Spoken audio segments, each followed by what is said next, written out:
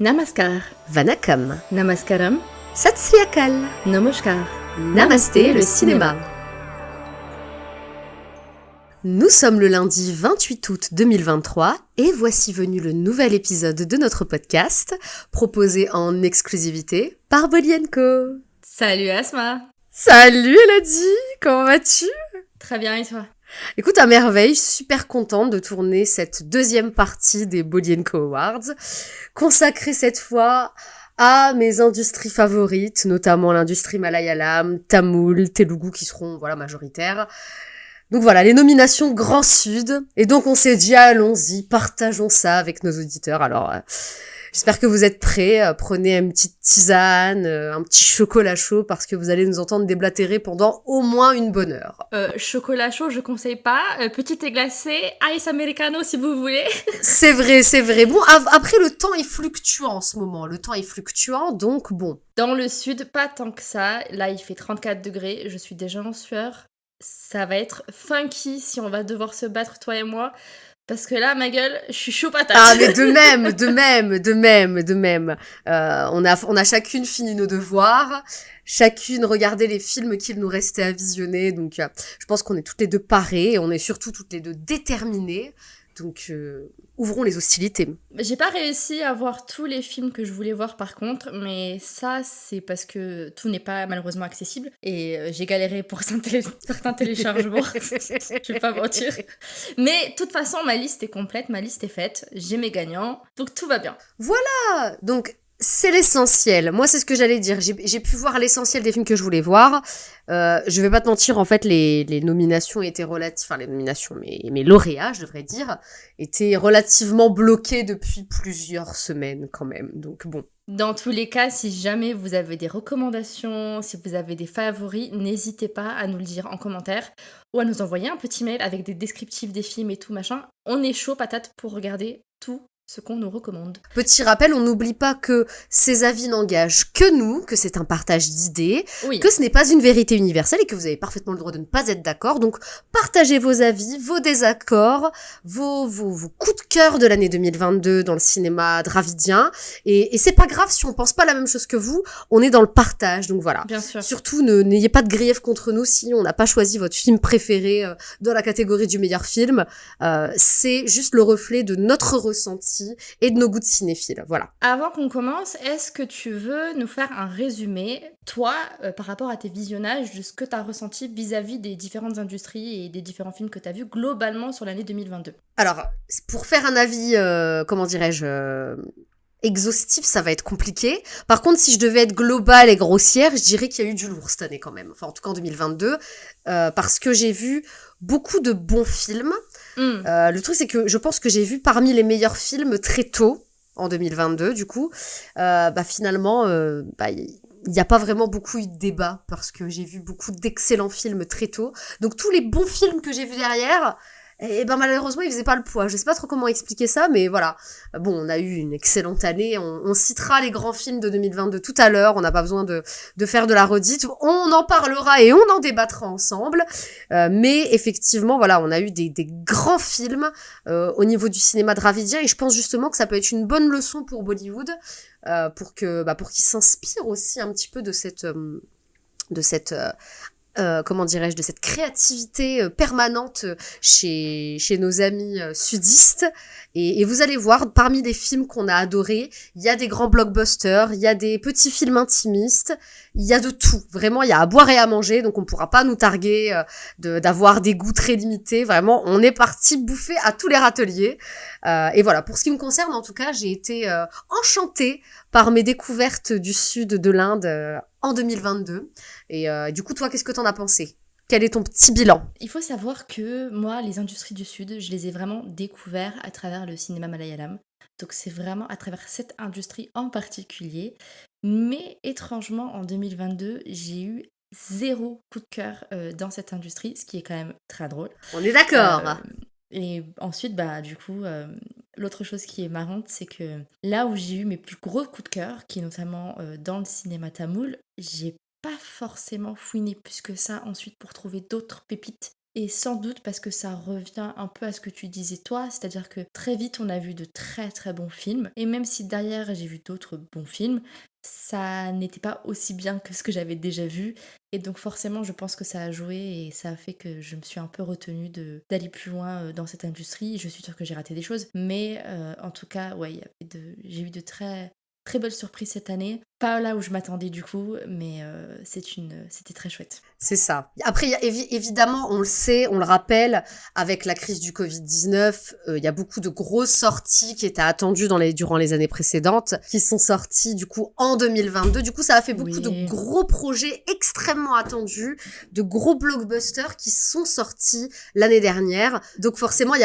avait du lourd. Il y avait du lourd cette année.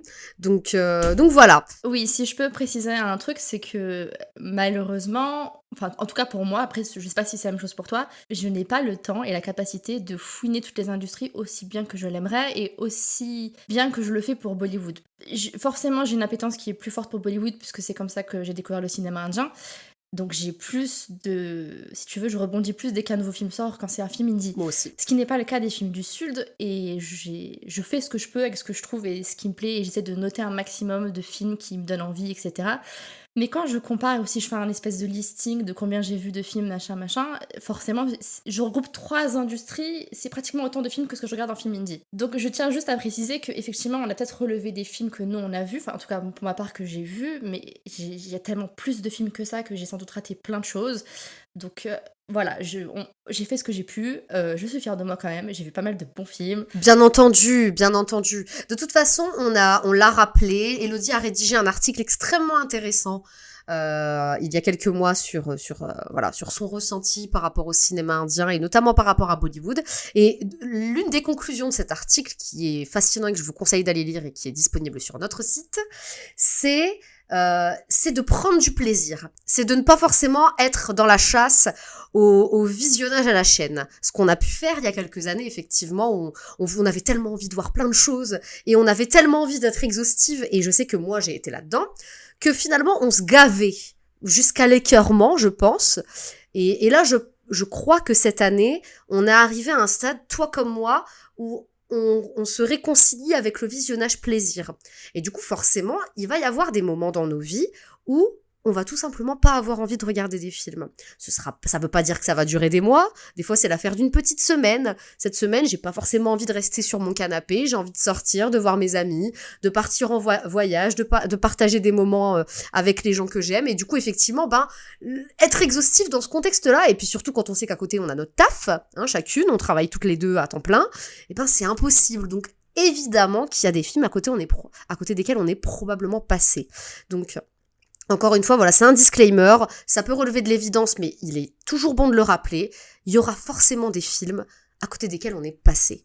On a essayé d'être attentive aux grosses sorties, les gros blockbusters, les gros castings. On a essayé d'être attentive aussi, je pense, voilà, en fonction de nos goûts, tout simplement.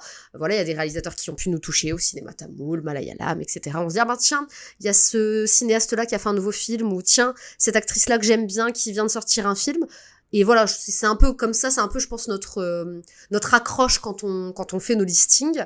Et évidemment qu'il va manquer des choses. Voilà. Mais on a fait de notre mieux, et je pense que toi comme moi, on peut être fiers de nous, parce qu'on a vu pas mal de choses quand même, hein, entre le cinéma de Bollywood, entre le cinéma dravidien, et puis bon, on s'intéresse à toutes les autres industries cinématographiques. Hein. Madame aime le cinéma coréen, par exemple.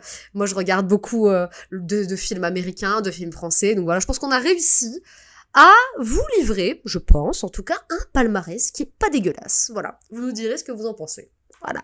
Oui, je suis contente parce que j'ai souvenir que quand la première fois qu'on a lancé les Boyenko Awards du Sud, je t'ai laissé gérer seule les nominations puisque je me sentais pas encore légitime à t'aider à essayer de débattre sur quelle était la meilleure prestation, quel était le meilleur film, etc.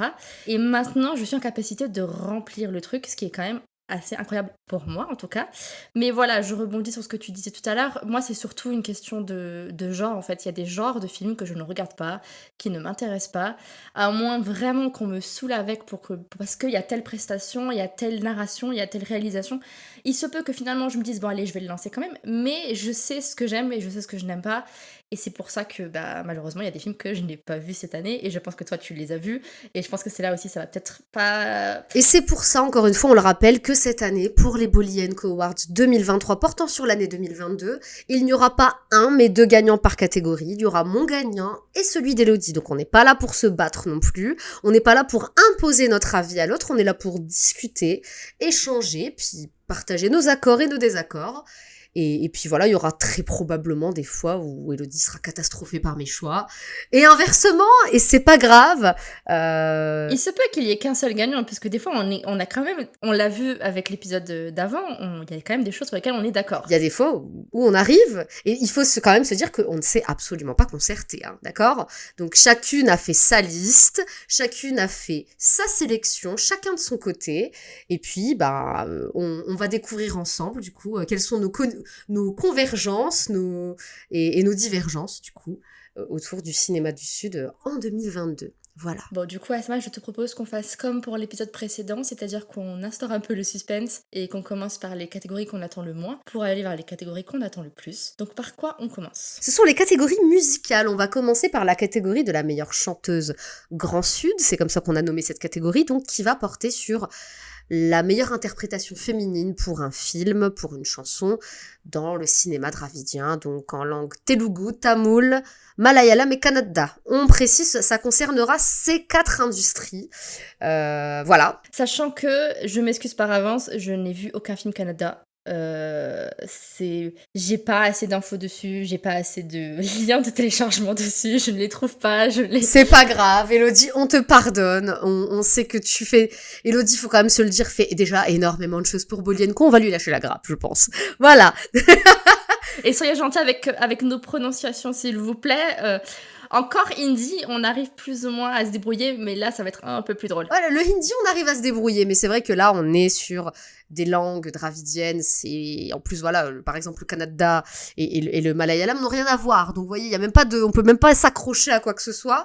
Il y a le malayalam qui ressemble un peu de très très loin au tamoul, et encore, mon tamoul est complètement à la ramasse. Donc, ne comptez pas sur nous pour prononcer ça correctement, donc on fera ce qu'on pourra avec nos accents de Frenchie. Merci bien. Dans tous les cas, vous retrouverez tous les liens de ce qu'on raconte dans les descriptions, donc pas de panique, ce qu'on raconte, vous le trouverez. Alors Elodie, yes. Je te propose qu'on fasse un top 3, ça permettra d'ouvrir la voie au débat. Alors oui. Qui est à la 3e place de ton classement pour le prix de la meilleure chanteuse? Ça commence bien, j'ai pas de top 3. Elodie a un top 16, voilà, merci, au revoir. Je te jure, alors je crois que c'est l'une des raisons pour laquelle on se bat à chaque fois sur ces catégories-là, c'est qu'on a souvent une quinzaine de chansons dans la catégorie meilleur chanteur et meilleure chanteuse, parce que dans le Sud, mon Dieu, mais la musique, c'est une tuerie. Moi, j'ai des playlists qui font 48 heures, c'est pas pour rien. Ah oui. Donc j'ai pas de top 3, j'ai un top 5, je dirais, mais je vais éviter, je vais essayer de choisir. Il va falloir que tu fasses des choix, Elodie, hein, parce qu'à ce rythme-là, l'épisode ne va porter que sur cette catégorie, hein. Je te jure. Mon top 3, c'est Madhushree pour Malibu, du film Vendu Talintadu Kadu, je sais pas si je l'ai bien dit, je suis désolée, mais vous voyez de quel film je parle, donc qui est un film tamoul, de Gautam Menon. Non, de Vignesh Shivan, il me semble. Non. Attends, duquel tu parles? Vendu Talintadu Kadu. Ah oui, non, pardon, c'est le film de Gautam Menon avec Simbu, pardon. Je suis désolée, j'ai confondu avec le film de Vijay Sethupathi. Bah ça commence bien, dis donc. Attends. Ah oui. Pour une fois que j'ai raison. Bravo. Ah, yes. Applaudis. Pour expliquer un peu ce choix, c'est que je trouve que c'est une chanson qui est hyper puissante. Il y a une séquence musicale dans le film qui est hyper chouette. C'est vraiment à ce moment-là que le personnage principal découvre les personnes avec qui il va se retrouver dans une pièce de 2 mètres carrés et ils sont 16. J'exagère évidemment un peu. C'est des pseudo-gangsters. Et en fait, cette chanson, elle a un côté très espoir au milieu du chaos, tu vois, et je la trouve très très belle, et je trouve qu'elle a une voix qui est complètement un peu avec un grain et tout, et j'ai hésité à la mettre en première parce que voilà, mais bon, moi j'ai d'autres préférences. C'est difficile. Faut faire des choix et c'est cornélien, effectivement.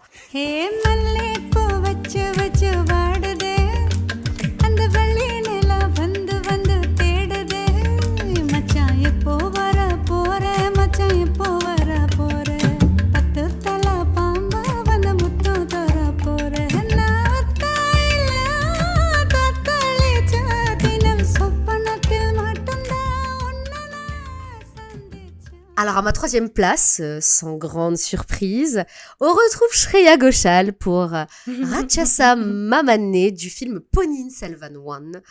Parce que Shreya Ghoshal est un génie, parce que cette composition d'A.R. Rahman est un petit bijou. De toute façon, tout l'album de Ponniyin Selvan, vous pouvez sauter dessus, c'est magnifique. Ouais. Elle fait ce qu'elle sait faire, donc elle sort pas forcément de sa zone de confort, mais sur moi, ça a très bien fonctionné. Donc voilà, c'est pour ça que c'est à ma 3e place.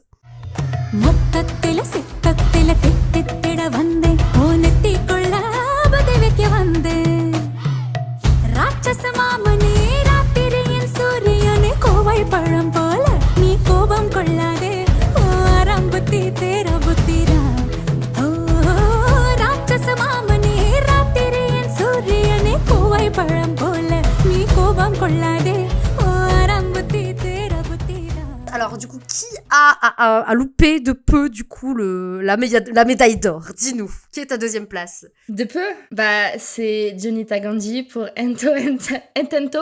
Ah putain, Ento Intento du film Thank You. Pour moi le titre il est facile à dire. C'est un film telugu. Et on a la même 2e place. C'est pas vrai. On a la même 2e place. Allez, ça commence bien. C'était ma 2e place aussi. Jonita Gandhi pour Ento Intento de Thank You, voilà. Tu vois, il est difficile à prononcer ce titre. Ah non, c'est dur à prononcer. Ah, j'aime trop cette chanson. On écoute un extrait.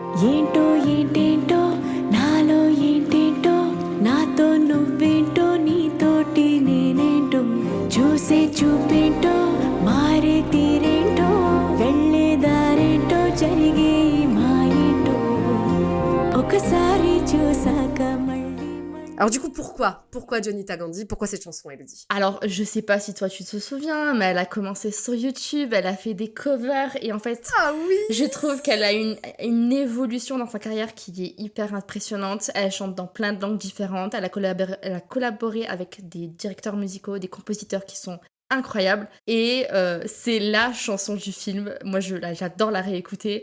Je trouve que la chanson est gâchée dans ce film tellement le film est naze comparé à la chanson. Le film est vraiment pas dingue, hein, vraiment. Mais voilà, je trouve qu'elle fait de mieux en mieux à chaque fois, et c'est très dur de choisir parmi toutes ces nouvelles pépites, donc celle-là c'est ma préférée, donc j'ai choisi celle-ci. Je me dis qu'elle aurait pu gagner, mais bon, elle aurait largement pu gagner, effectivement. Donc c'est ta 2e aussi. Voilà, c'est ma 2e place également, pour cette chanson. Non mais comme quoi, des fois on se fight pas tant que ça, vous voyez. Et du coup, qui est numéro 1 dans ton cœur, Elodie, dans la catégorie de la meilleure chanteuse, on le rappelle? Alors moi, j'ai choisi Shinmayi pour Paravakal du film 19-1A. Avec Nitya Menon et Vijay Sethupathi. Parce que je trouve que c'est une nana qui est pas assez récompensée pour son travail, alors qu'elle a une voix qui, je trouve, est aussi belle que celle de Shreya Ghoshal. Je sais que c'est un sacré compliment, mais je le dis. Oui. Elle a doublé la voix de pas mal d'actrices dans plein de films, mais c'est aussi une chanteuse, et elle est incroyable. Et à chaque fois que je l'entends, je trouve qu'elle nous transporte. Et en plus, si je dis pas de conneries... Non, je vais dire une connerie, donc je vais pas le dire, parce que je vois que j'ai rien mis dans mes notes. Ne m'écoutez pas. Puis Chinmayi, voilà, pour ceux qui sont plutôt branchés Bollywood, pour rappel, c'est notamment elle qui a posé sa voix sur le magnifique morceau Titli du film Chennai Express. Donc voilà, c'est pour vous dire à quel point elle a une voix sublime et clairement sous-valorisée. J'allais pas dire une connerie, puisque l'album de ce film est réalisé par Govind Vasantha, que j'adore comme pas possible. J'ai un coup de cœur pour ce gars de malade. Il a notamment fait l'album de 96 où Shinmayi a participé. Oui. Et il y a 2 chansons dans cet album, mais celle-là, elle est d'une puissance, elle te prend aux tripes. Sublime. J'ai presque regretté qu'on l'entend pas plus dans le film, qu'on le voit pas plus, genre un vrai clip musical. Mais c'est pas grave, moi je l'ai vu, je l'ai entendu, je la mets, je lui donne un prix, voilà. Cadeau. Franchement, très bon choix. Voilà, je vous laisse écouter.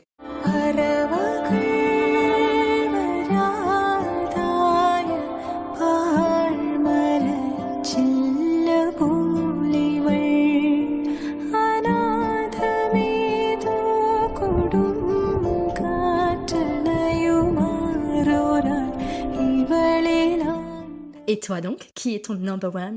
Alors, pour ma part, je suis partie du côté du cinéma Kannada pour sacrer Ananya Bhatt pour la chanson Mehbooba du film KGF Chapter 2. Parce que c'est la quintessence de la chanson romantique.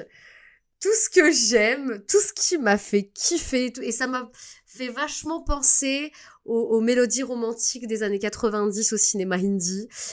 Voilà, moi, vous l'aurez remarqué, je pense, dans tous mes lauréats, déjà dans l'épisode de Bollywood et sur celui-là aussi, je suis une grande nostalgique, donc effectivement, voilà. J'ai peut-être pas vu le film, mais j'ai écouté l'album, et effectivement, je reconnais ce côté un peu vibe années 80-90, qui est complètement assumé, et il y a des moments dans la chanson qui m'ont rappelé, genre vraiment des vieux films avec Shah Rukh et tout, enfin j'étais en mode Amir Khan, tu vois, genre quand ils étaient tout jeunes et bébés, là. Mais moi, juste, cette introduction, tu sais, au violon qui fait... na, na, na, na, na, na. C'est ce moment-là où déjà le titre il m'a eu. J'étais là en mode, oh ouais, non mais là, ok, là musicalement il se passe quelque chose là. Ok, intéressant, j'aime ce qu'on me donne. Je vous laisse écouter, apprécier un petit peu et n'hésitez pas à nous dire du coup en commentaire ce que vous en pensez.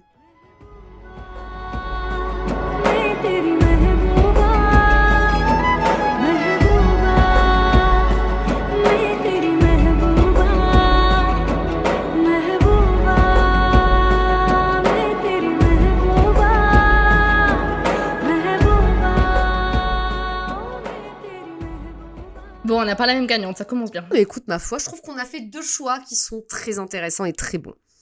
Alors du coup, sans plus attendre, on va passer à la catégorie suivante, celle du meilleur chanteur Grand Sud. Je te rassure, j'ai un top 3 cette fois. Tu as un top 3, mais c'est formidable. Bah alors commençons avec la 3e place, Elodie. Allez, vas-y.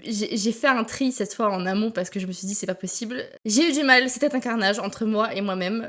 C'est très compliqué de choisir quand on aime autant de chansons et quand il y a autant de chanteurs, je trouve, dans le Sud, avec des voix hyper particulières chacune, qui ont chacune leur singularité et tout. Alors, parmi ma 3e place, j'ai choisi Tori de Pradeep Kumar. C'est la chanson de Hey Sinamika du film c'est un film tamoul du coup. Ah, j'ai failli la mettre et j'ai changé d'avis. Non. C'est dans mon top 6 du coup, parce que moi à la base je fonctionne en nomination, donc je laissais les 6. Oui, puisque de toute façon à la base on faisait 6 nominations, donc c'est normal. Voilà, donc c'était dans ma shortlist, mais ça n'a pas fini dans le top 3, mais c'est une très bonne chanson effectivement. Je l'ai choisi parce qu'en plus Pradeep Kumar, il est là, c'est un compositeur à la base aussi, donc il compose des trucs, et puis quand il chante aussi, et puis je suis là, mais j'aime bien les gens multitâches en fait, et j'aime bien les gens qui savent transmettre les émotions. Je pense que c'est une des raisons principales pourquoi j'adore Sid Sriram d'ailleurs, c'est parce que l'émotion dans la voix toujours, et moi dès qu'il y a de l'émotion et qu'il y a un message transmis dans la voix, en plus de la composition, des instruments, des paroles, ah c'est bon, moi vous m'avez eu. C'est bon. Et je trouve que c'est une des pépites du film aussi. Donc, Oui. Puis film qui est vraiment pas dingue non plus, hein, voilà. On en reparlera plus tard, je pense. La chanson est très belle, effectivement. Et moi, elle était shortlistée, effectivement.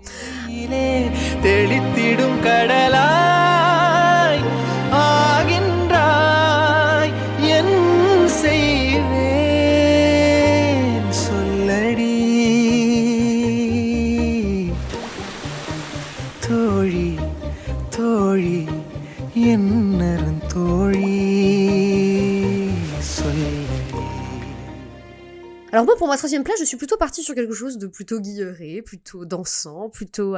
parce que ça fait clairement partie des chansons que j'ai tout simplement écoutées le plus en 2022 et en 2023. Et bon, pour la petite anecdote, c'est aussi une des chansons tamoul préférées de mon mari, qui d'ailleurs me l'a fait découvrir, je dois l'avouer, c'est lui qui me l'a fait découvrir. Alors du coup, j'attribuerai donc cette 3e place à Anirudh Ravichandran, qui est également compositeur, pour le titre Private Party du film Don, qui est un film tamoul. Film qui est pas ouf non plus d'ailleurs, mais la chanson est d'une efficacité redoutable. C'est dansant, c'est joyeux, c'est positif. Et Anirudh, il a ce truc pour les chansons rythmées. Et il est doué d'ailleurs, je pense, dans tous les registres, mais dans les chansons rythmées, je le trouve particulièrement efficace. On l'a entendu dernièrement sur Zinda Banda du film Javan, avec Shah Rukh Khan qui fait un Dapan Kutu. Et il est très efficace parce qu'Aniruddh est un compositeur de génie, déjà, rappelons-le.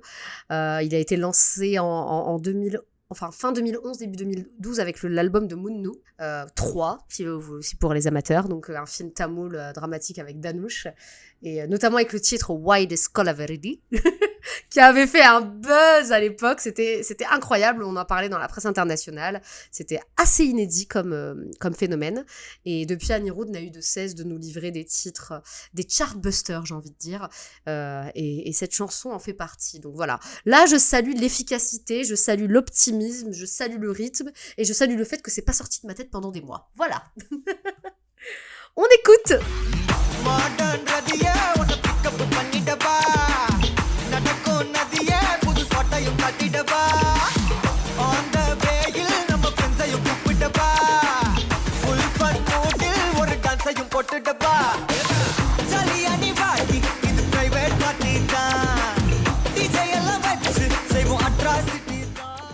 ta deuxième place, Elodie. Qui as-tu choisi? Bah, comme je disais tout à l'heure, j'aime les gens qui sont multitâches. J'aime encore plus quand un acteur décide de chanter dans un film et que j'ai pas reconnu déjà sa voix et qu'ensuite je me dise mais ah putain quand même, il a quelque chose. Et là tu vas te dire what the fuck. J'ai donné la deuxième place à Shane Nigam pour alors Ratarame du film Butakalam, qui est un film malayalam. Et il y a juste cette séquence musicale au tout début du film, c'est une séquence romantique. Et en fait, elle est trop bien cette chanson. Genre, vraiment, il est apparu de nulle part. Et je pensais pas que c'était lui qui chantait. Et en fait, en essayant de faire un pré-listing pour les nominations et pour les Body Awards, j'ai fait, attends, Shane Nigam? Mais Shane Nigam, c'est l'acteur? Pourquoi ça... Quoi? C'est le chanteur? Quoi? Et je trouve qu'il a un timbre qui va complètement bien au genre d'une balade romantique.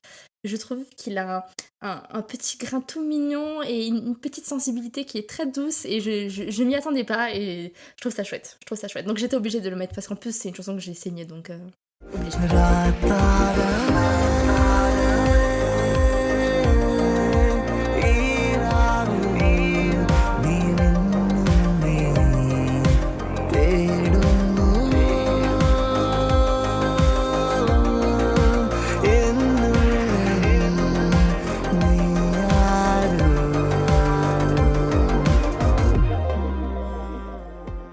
Et pour ma part, en deuxième place, j'ai mis un chanteur que j'affectionne énormément, qui m'a beaucoup surprise sur ce titre. C'est Benny Dayal, qui est plutôt habitué à des sons très énergiques, pour Nanana de Mike, qui est un film malayalam, qui est une chanson toute mignonne, toute... j'ai pas trop de mots pour exprimer ce que je ressens, si ce n'est qu'elle me procure beaucoup de bonheur, cette chanson. Et Benny Dayal est une très bonne surprise parce qu'il sort un peu de ce côté un peu, je dirais, cabotin dans sa façon de chanter habituellement. Et il se réconcilie avec une certaine subtilité au service de ce titre. Et c'est un titre que j'aime beaucoup. L'album de Mike est plutôt sympa et en fait, Benny Dayal, si je dis pas de conneries, on l'entend pas tant que ça dans le sud et encore moins dans le cinéma malayalam, donc c'est une vraie surprise. C'est ça, exactement. Donc je voulais le saluer à travers cette seconde place. Na, na, na, na, na, manase, na, na, na, na, na, verude, ni, agale, pogunnuvo, na, na, na, na, na, manase, na, na, na, na, na, verude. Qui est ton number one, Asma? Alors, mais du coup, le vrai suspense, c'est qui est ton number one, Elodie? Est-ce qu'on a le même? Est-ce qu'on n'a pas du tout le même? C'est pour ça que je te pose la question. Alors, du coup, je vais me lancer. Mon number one, c'est pas une surprise, c'est mon chanteur indien préféré. Mais parce qu'en même temps, à chaque fois, il touche juste, à chaque fois, il est formidable. Et c'était déjà mon gagnant dans la catégorie Nord. C'est Sid Sriram pour le titre Telugu Avunanava du film Ori Devuda. Et toi, Elodie? Exactement la même chose. Eh ben voilà, on s'est entendu, bravo, on applaudit. Déjà, je tiens à dire que j'avais peur que Ori Devuda soit un remake, même dans la musique, tu vois, du film tamoul dont il est inspiré, qui est Oh My Kadavule, je crois. Oh My Kadavule. Oui, Oh My Kadavule, exactement. Donc j'avais peur qu'ils reprennent exactement les mêmes chansons, ce qui a déjà été le cas par exemple quand ils ont fait le remake de 96 avec Janu, un truc comme ça. Mm-hmm. Et là en fait, la chanson est complètement originale, elle est trop belle, elle est trop bien. Sid, il est au top de sa forme et elle s'écoute en boucle sans problème. Genre, je m'en lasse pas, Moi non plus. Il y a des chansons comme ça, vous allez les saigner et puis au bout d'un moment, à force de les avoir saignées, elles vont vous gonfler. Ou bien à force de les entendre partout, elles vont vous gonfler. Avunanava n'est pas de celle-là. Clairement pas. Vous allez l'écouter en boucle pendant des mois, comme je l'ai fait en l'occurrence. Et puis même si vous l'oubliez dans un coin de votre tête, quand vous y revenez, vous éprouvez toujours autant de plaisir à l'écouter. Je pense que c'est la magie Sid Sriram, ça, honnêtement. Je pense que c'est sa magie. C'est son truc en plus, ce mec a une voix incroyable. On vous laisse écouter, mais franchement, ajoutez ça à votre playlist tout de suite, quoi, vraiment. C'est exceptionnel.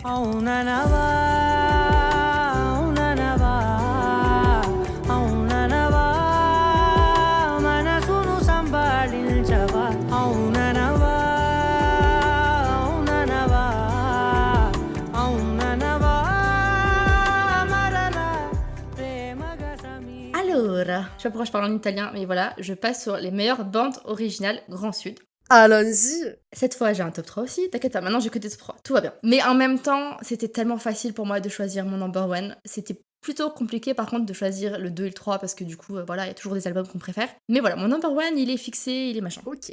Donc toi, quel est ton numéro 3? Alors, mon numéro 3, il a changé il y a 2 jours. Mon numéro 3, c'était pas du tout ça, mais mon numéro 3 aujourd'hui, c'est Sushin. Donc, on va évidemment, on sacre les compositeurs. Oui. Donc, c'est Suchin Shyam pour l'album de Bhishma Parvam, qui est un film malayalam avec Mammootty notamment. Parce que j'ai vu le film il y a 4 jours et que j'ai été bluffée par le travail musical, aussi bien les chansons que le background score. Sushin a fait un boulot extraordinaire, un boulot, voilà, en plus, voilà, encore une fois, on part sur de la nostalgie, on parle sur quelque chose très marqué années 90, et ça fonctionne à merveille. Je trouve que le travail, en plus, est très intéressant, puisqu'il est en parfaite concordance avec le film qu'il sert, et je pense que c'est ce que je voulais saluer, parce que, au-delà d'être un bon album à proprement parler, en tant qu'objet musical, c'est un excellent album de film, je trouve, en tout cas, donc voilà, je vous conseille de l'écouter, et c'est très très bon. Je trouve que c'est du très haut niveau. Et toi, Elodie? De mon côté, je pense que je ne vais surprendre personne puisque mon numéro 3, c'est Vishal Chandrasekhar, qui a fait l'album du film Telugu Sitaramam, qui pour moi est une des belles surprises de l'année 2022. Et en fait, Sitaramam, c'est une histoire d'amour entre une princesse et un soldat. Et c'est voilà, de la romance avec un fond de guerre. J'ai un listing de ce genre de film sur Sens Critique, tellement j'adore ce genre de film. Ne me demandez pas pourquoi.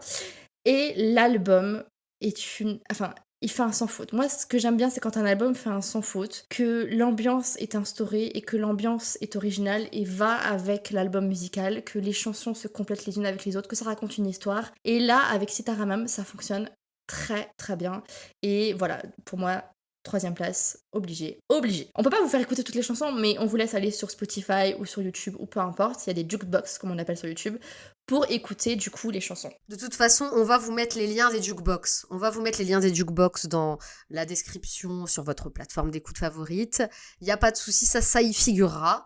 Qui est ton top 2? Mon top 2, alors encore une fois, je suis partie du côté de l'efficacité et je pense que c'est un film qui m'a beaucoup plu aussi, donc je pense que ça joue dans le fait que l'album m'est marqué. C'est Anirudh Ravichander, de nouveau, cette fois en tant que compositeur pour l'album de Tiruchitrambalam, qui est un film tamoul. J'aime bien cet album, j'y peux rien, je l'aime bien. Il m'éclate à tous les niveaux. Il y a de la chanson d'amour, il y a ce titre qui est une espèce d'hommage à peine voilé à La La Land, avec un côté un peu jazzy que chante Danouche en plus, que j'adore. Il y a un Dapan Kutu complètement délirant, que je trouve d'une efficacité incroyable. Il y a des complaintes, enfin vraiment, là, pour le coup, il y a à boire et à manger, c'est un buffet à volonté cet album. Et peut-être que c'est un peu plus inégal qu'un Bhishma Parvam, mais je trouve que c'est tellement efficace. Enfin, j'adore cet album. L'album était aussi dans mon pré-listing qui faisait 400 km.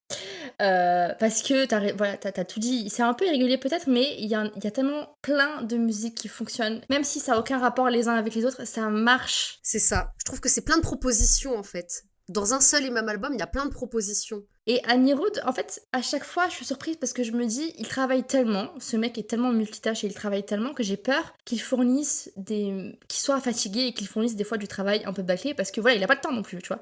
Mais souvent, il me surprend, c'est-à-dire que même s'il fait des albums qui sont un peu irréguliers, ça reste toujours très qualitatif. Et ça, quand même, faut le faire. Je trouve que ces dernières années, ça fait partie des meilleurs compositeurs du cinéma. Ah oui, c'est une bénédiction, ce jeune homme, hein, vraiment. De fou. Il a un talent fou. Et toi, du coup, donc ton top 2, je comprends bien que ce n'est pas cette chanson, mais c'est cet album, pardon. Et du coup, c'est quoi ? Alors moi, du coup, je suis partie dans Alors, quand je fais des pré-listings, j'essaye de pas offrir mes prix à une industrie, enfin monopoliser une industrie quand je donne mes prix. Donc j'essaie toujours comme il y a les 3 industries que je regarde, donc Telugu, Tamoul et Malayalam, j'essaie toujours quand je fais un top 3, de mettre un du cinéma tamoul, un du cinéma malayalam et un du cinéma telugu. Donc mon top 2, c'est l'album d'un film, enfin c'est un compositeur malayali.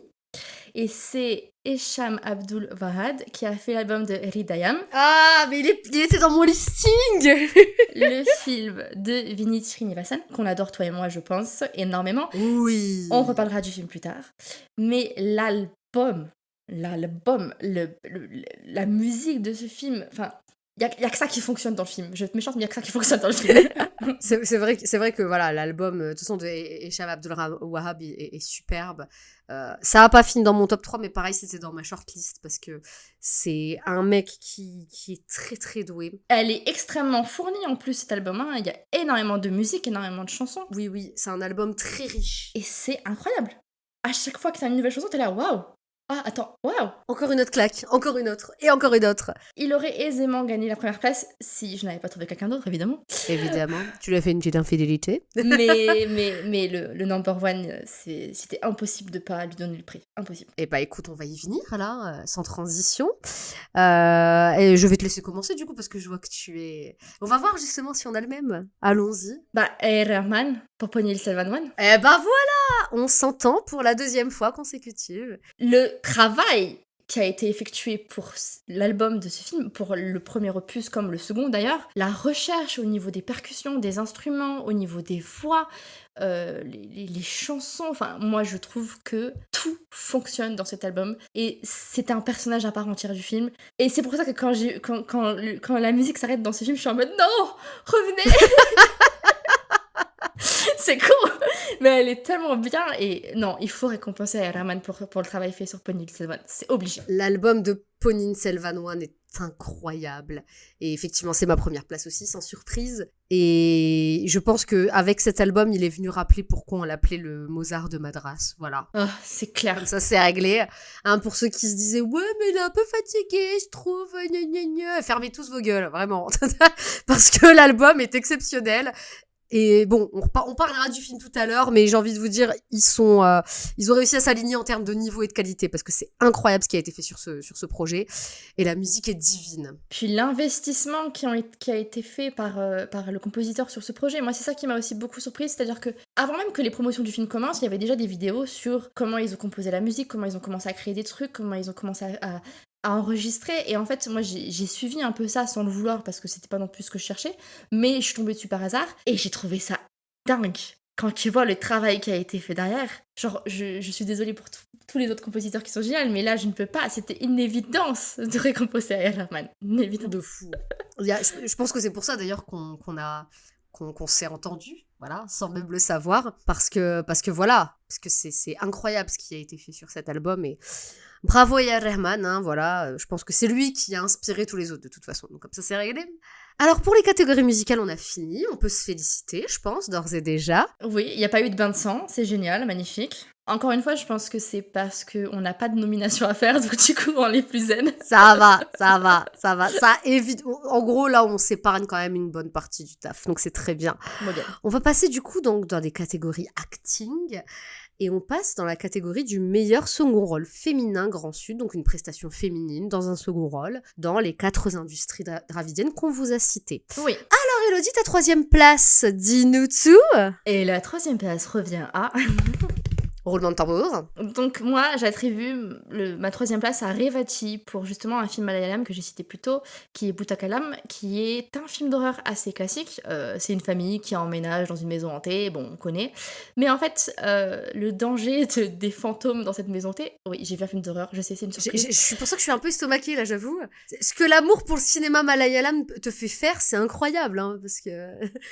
En fait, c'est parce que c'était quand même un peu plus décrit comme un thriller psychologique qu'un film d'horreur, mais je te confirme que c'est bien un film d'horreur. J'ai pas dormi pendant une semaine, tout va bien. Oh my god. Mais ce que j'ai trouvé très intéressant, c'est la dynamique entre la mère et le fils. Donc le fils joué par Shane Nigam, qui est un espèce de manque-rien. Et en fait, c'est cette espèce de danger imminent, de conflit perpétuel avec des fantômes, qui fait que ça révèle un peu une nouvelle complicité entre les deux, malgré des conflits anciens comme pas possible, des trucs qui pouvaient pas se pardonner l'un et l'autre. Et j'ai trouvé Revati très très bien dans le rôle de la maman. Genre, j'ai pas vu énormément de films de Revati, mais pour le coup, j'étais en mode ok, je vois. Parce que dans un film moyen comme Butakalam, parce que c'est un film moyen, elle arrive à prendre la place, à se révéler comme ça, et c'est un des rôles auxquels j'ai pensé en premier quand il fallait choisir un meilleur second rôle féminin Grand Sud. Elle est très très forte. De toute façon, Revati, c'est une comédienne exceptionnelle, voilà. Faut aller fouiner dans sa filmographie, elle est assez incroyable. Et pour toi alors Pour ma part, j'ai choisi Anna Ben que j'aime beaucoup de base, pour Naradan, qui est un film malayalam, qui est disponible d'ailleurs sur Prime Video. Je sais que t'as pas aimé le film, mais on va en discuter, Annabelle est bien. J'ai rien contre elle. Moi, je l'ai trouvée excellente dans le rôle. Je l'ai trouvée très forte. Et voilà, c'est un rôle secondaire. Et moi, j'ai trouvé le film très intéressant à bien des égards. J'ai trouvé Tovino névrosé à souhait. Je trouve qu'il est excellent dans tout ce qu'il fait, ce mec-là. Mais voilà, là, on parle pas de lui. Et je trouve que Annabelle lui donne merveilleusement la réplique. Non, elle est bien. Dans un rôle assez complexe et un peu loin de ses rôles de gentille fifi, un peu douce, un peu machin. Donc voilà, elle a fait un petit contre-emploi que j'ai trouvé intéressant et que j'avais envie de saluer. C'est sûr que c'est chouette de l'avoir dans un autre rôle que celui de la gentille fille. Voilà. Pour ton numéro 2, du coup. Alors du coup, on parlait du film tout à l'heure en disant qu'il était pas ouf, mais il y a quelqu'un, en dehors de la musique, il y a quelqu'un qui m'a marqué dans ce film. Alors c'est Malvika Nair, que j'ai sacré pour le film Telugu Thank You, parce que je trouve et qui est disponible aussi sur Prime Video, que je trouve en fait est la seule qui est à peu près marquante dans le film, quoi. Attends, mais tu dis ça, mais j'arrive pas à savoir qui elle a joué dans le film, tu vois. Désolée, mais... C'était quel personnage? Moi, C'était la plus jeune, c'était la lycéenne, le première histoire d'amour, ou c'était quoi? Oui, c'était la première. C'était la première, oui, elle était très bien, elle. Oui. Elle était très mignonne et Malvika Nair, il faut savoir qu'elle a été lancée, alors je saurais plus vous dire en quelle année, au cinéma tamoul avec un film incroyable qui s'appelle Coucou et pour lequel elle avait remporté un South Filmfare Award de la meilleure actrice et depuis c'est vrai qu'elle avait un petit peu disparu, enfin voilà, c'est un petit peu égaré, je sais pas si elle s'est égarée, je sais pas si on lui a pas proposé de rôle. Mais du coup, j'étais contente de la retrouver dans Thank You. Et je trouve qu'en fait, c'est elle qui s'en sort le mieux. Dans le film, ouais, je pense. C'est pas le moche, hein. Oh non, mais Naga Chaitanya, moi j'ai arrêté d'y croire. Hein, parce que voilà, bref, on fera pas de commentaires. mais elle est solaire, elle est touchante, elle est pimpante. Et voilà, il se passe quelque chose quand elle est à l'écran. Et je voulais la féliciter. Voilà, donc c'est ma 2e place. Et toi ? Alors, je pense que c'est là où on va un peu débattre de la conception du personnage secondaire, parce que moi, j'ai attribué ma 2e place à Aishwarya Rai Bachchan Poponil Selvanwan. What ? Parce que je considère que son rôle dans le premier opus est un rôle secondaire. Parce que le rôle principal dans le premier opus, c'est le rôle de Karti. C'est lui qu'on voit H24, c'est lui qu'on suit. Mais pas du tout ! No way ! Non mais attends, je t'explique mon point de vue. Ah ! Défibrillateur, mais vas-y. Encore une fois, le premier film est un film introductif. On voit énormément de personnages. Oui. Mais le personnage principal du premier film, c'est le personnage interprété par Karti. Je vais pas réussir à dire son nom dans le film, mais t'as compris. On n'y arrivera pas. C'est lui qu'on suit du début à la fin, et ensuite t'as les princesses, les princes, les Nandini, etc., machin, etc. Pour moi, tous ces personnages-là, dans le premier film, c'est des personnages secondaires. Autant j'ai kiffé Aishwarya Rai, autant... Je peux pas dire que c'est un personnage principal parce qu'on la voit pas tant que ça. On voit autant Vikram que Aishwarya Rai que... comment elle s'appelle déjà, la princesse, la sœur. J'ai oublié son nom. Kondavai, c'est Trisha. Trisha, on les voit, ils sont à peu près tous au même level, et puis t'as Karti qui est au-dessus. Karti, c'est le personnage principal du film. Moi, en tout cas, Karti est le fil conducteur. Selon ma conception du truc, pour moi, c'est un personnage secondaire. Bien entendu. J'ai une conception différente, mais du coup, on y reviendra pour la catégorie meilleure actrice. Mais après, ton point de vue s'entend tout à fait, puisqu'effectivement, là où on est d'accord, c'est que le personnage de Karti, dans cette première partie qui est là pour poser les bases, poser les enjeux, oui. C'est lui qui fait office de fil conducteur.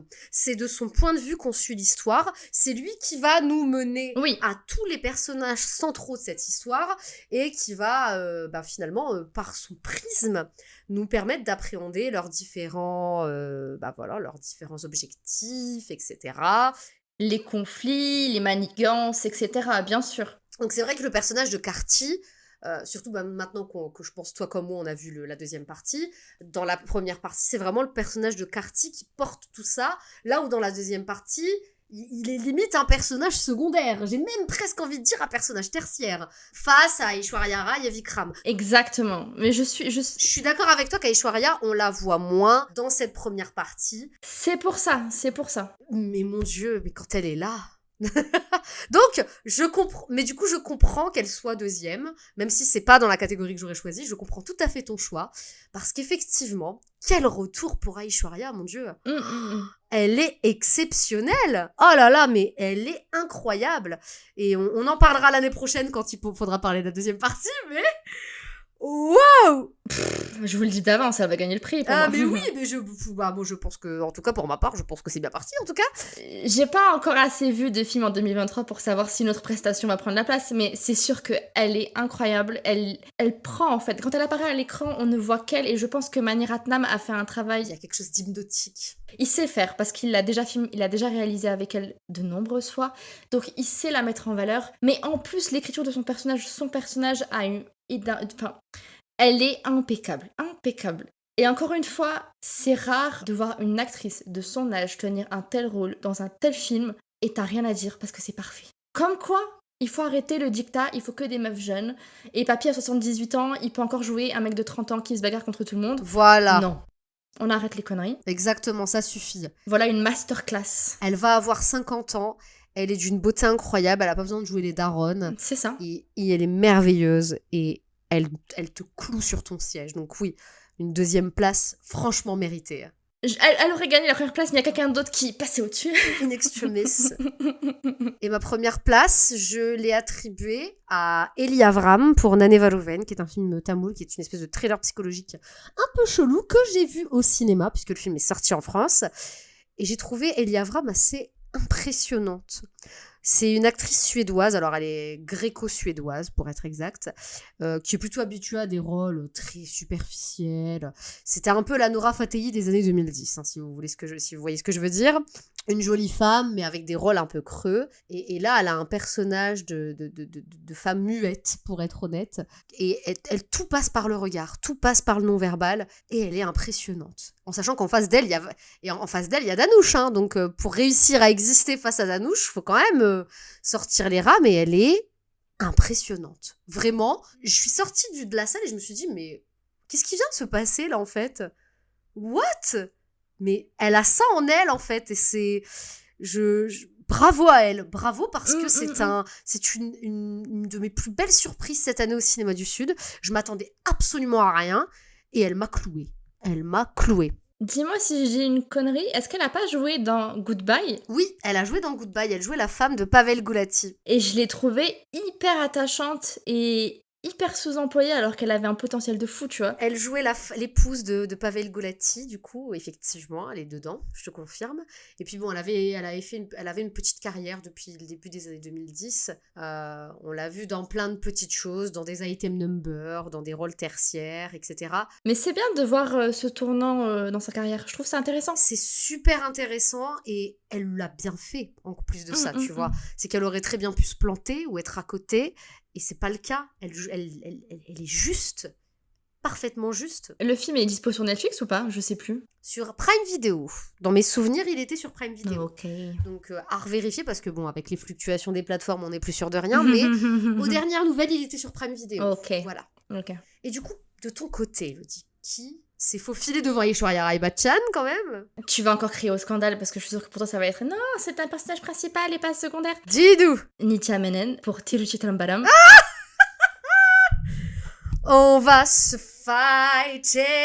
Pour moi, c'est... Alors, même chose. Le personnage principal de ce film, c'est Danouche. C'est Danouche qu'on voit. C'est Danouche qui cherche l'amour. C'est Danouche qui cherche machin. C'est un espèce de prémam, en plus, je trouve. Oui. Pour moi, c'est la révélation du film. C'est une des raisons pour laquelle j'ai accroché au film. Dès qu'elle apparaissait, j'étais aux anges. Elle joue la meilleure amie, voilà, qui est amoureuse du gars depuis des années. Le cliché, mais elle le fait avec une tendresse. Tu ne peux que t'attacher à elle. Et tu peux que l'aimer. Puis tu peux que avoir envie de gueuler sur Danouche et de dire « Mais t'es con ou quoi ?» C'est exactement ça. Mais Nithya Menon, oh mon Dieu, elle est délicieuse. Délicieuse. Mais pour moi, voilà, ça reste un personnage secondaire, donc meilleur prix du second rôle féminin. Voilà, donc moi je l'aurais pas mise dans cette catégorie, mais par contre je te rejoins parfaitement sur le fait de la sacrer, parce que elle est merveilleuse. Et je disais tout à l'heure que c'était un peu un autre genre de prémam, mais c'est pas vraiment le cas, mais c'est juste ce côté, l'évolution d'un mec par rapport à ses histoires d'amour. C'est juste ce côté-là. Voilà, oui. Sinon, il aborde d'autres sujets et il le fait très bien, et c'est un film que j'ai adoré voir au cinéma. Oui, bien entendu. Passons à la catégorie du meilleur second rôle masculin, Grand Sud. Ouais, alors ton numéro 3... Je sais pas pourquoi je chante, mais voilà. Je ne sais pas non plus. Alors, mon numéro 3 revient à Naveen Chandra pour le film Telugu qui est Amu. On a le même. Non. C'est la même troisième place quand même, hein. T'es sérieuse? C'est quand même fou, hein. Effectivement, David... Pour ça, pardon, vous allez m'entendre m'esclaffer parfois, parce que c'est vraiment trop drôle, parce qu'on ne s'est absolument pas concerté. Alors, Amu, c'est l'histoire de Amuda, interprétée par Aishwarya Lakshmi, qui décide de tout faire pour que son mari violent, qui est interprété par ce fameux Navin, soit démis de ses fonctions de flic. C'est la vengeance, baby. Oh yeah.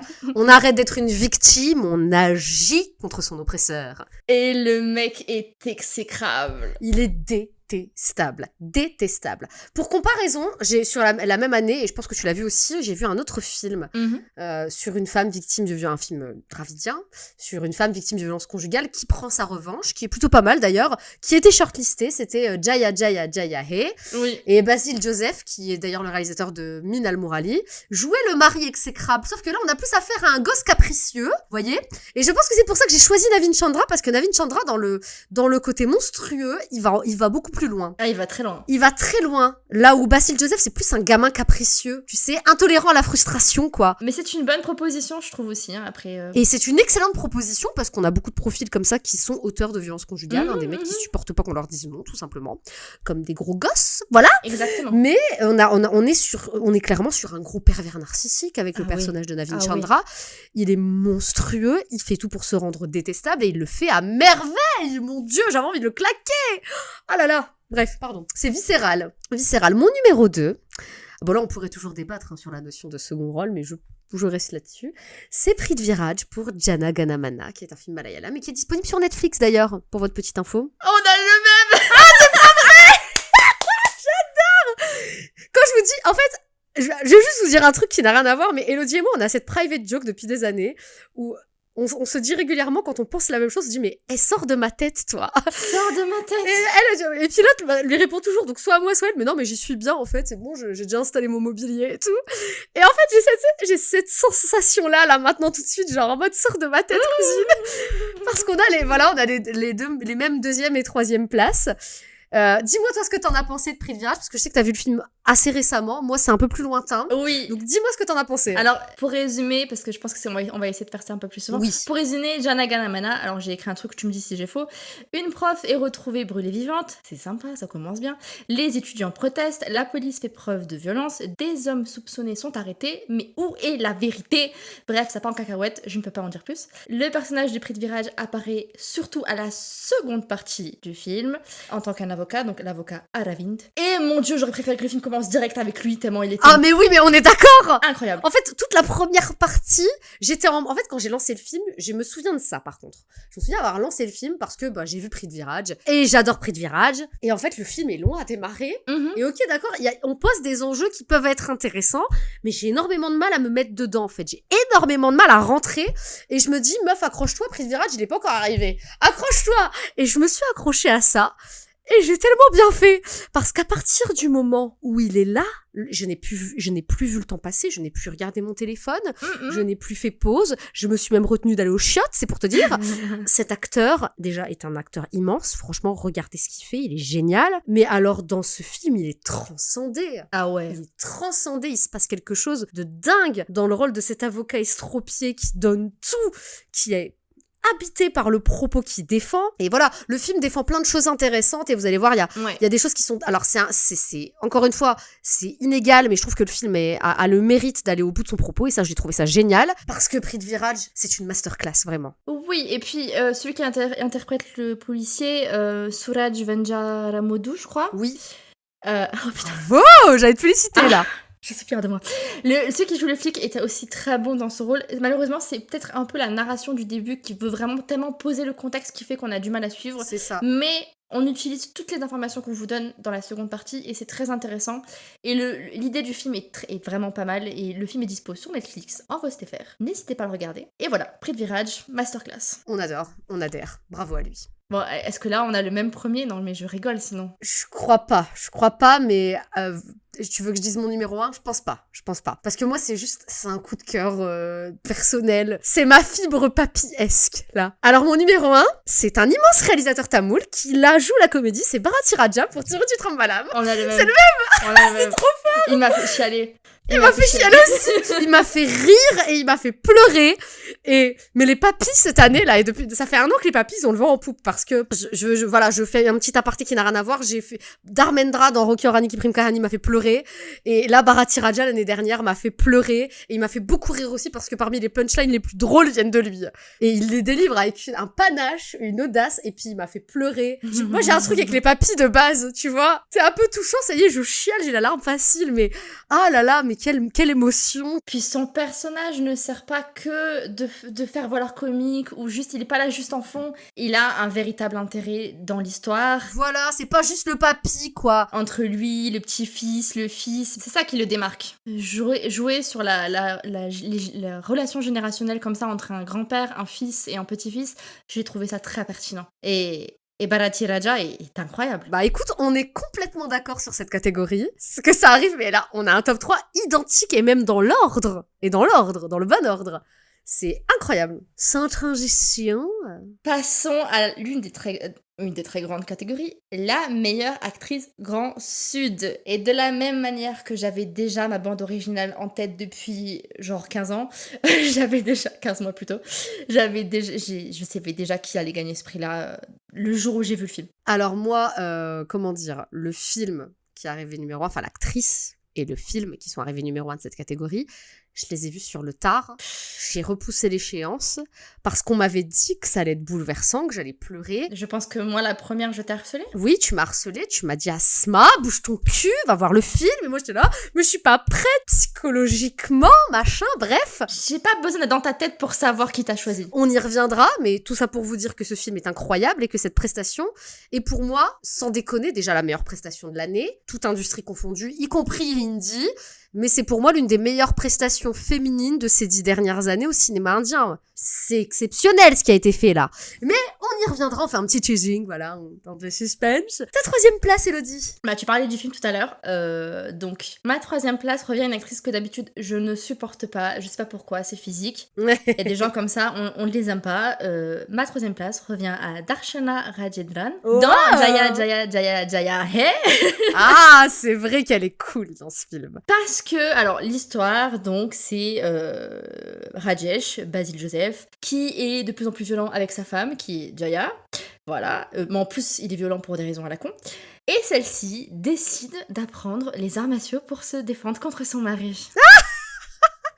Le film est une espèce de satire, de comédie, avec voilà des enjeux plus dramatiques, bien entendu, parce qu'on parle quand même de violence conjugale. Le parti pris est très intéressant, complètement différent de films comme Darlings ou de Amu, qu'on a déjà cité pour la catégorie meilleur second rôle. Décidément, c'était le thème de l'année. C'était le thème de l'année, les violences conjugales. On a vu que c'était... En tout cas, c'est une cause qu'il est important de défendre, donc c'est très bien qu'on en parle.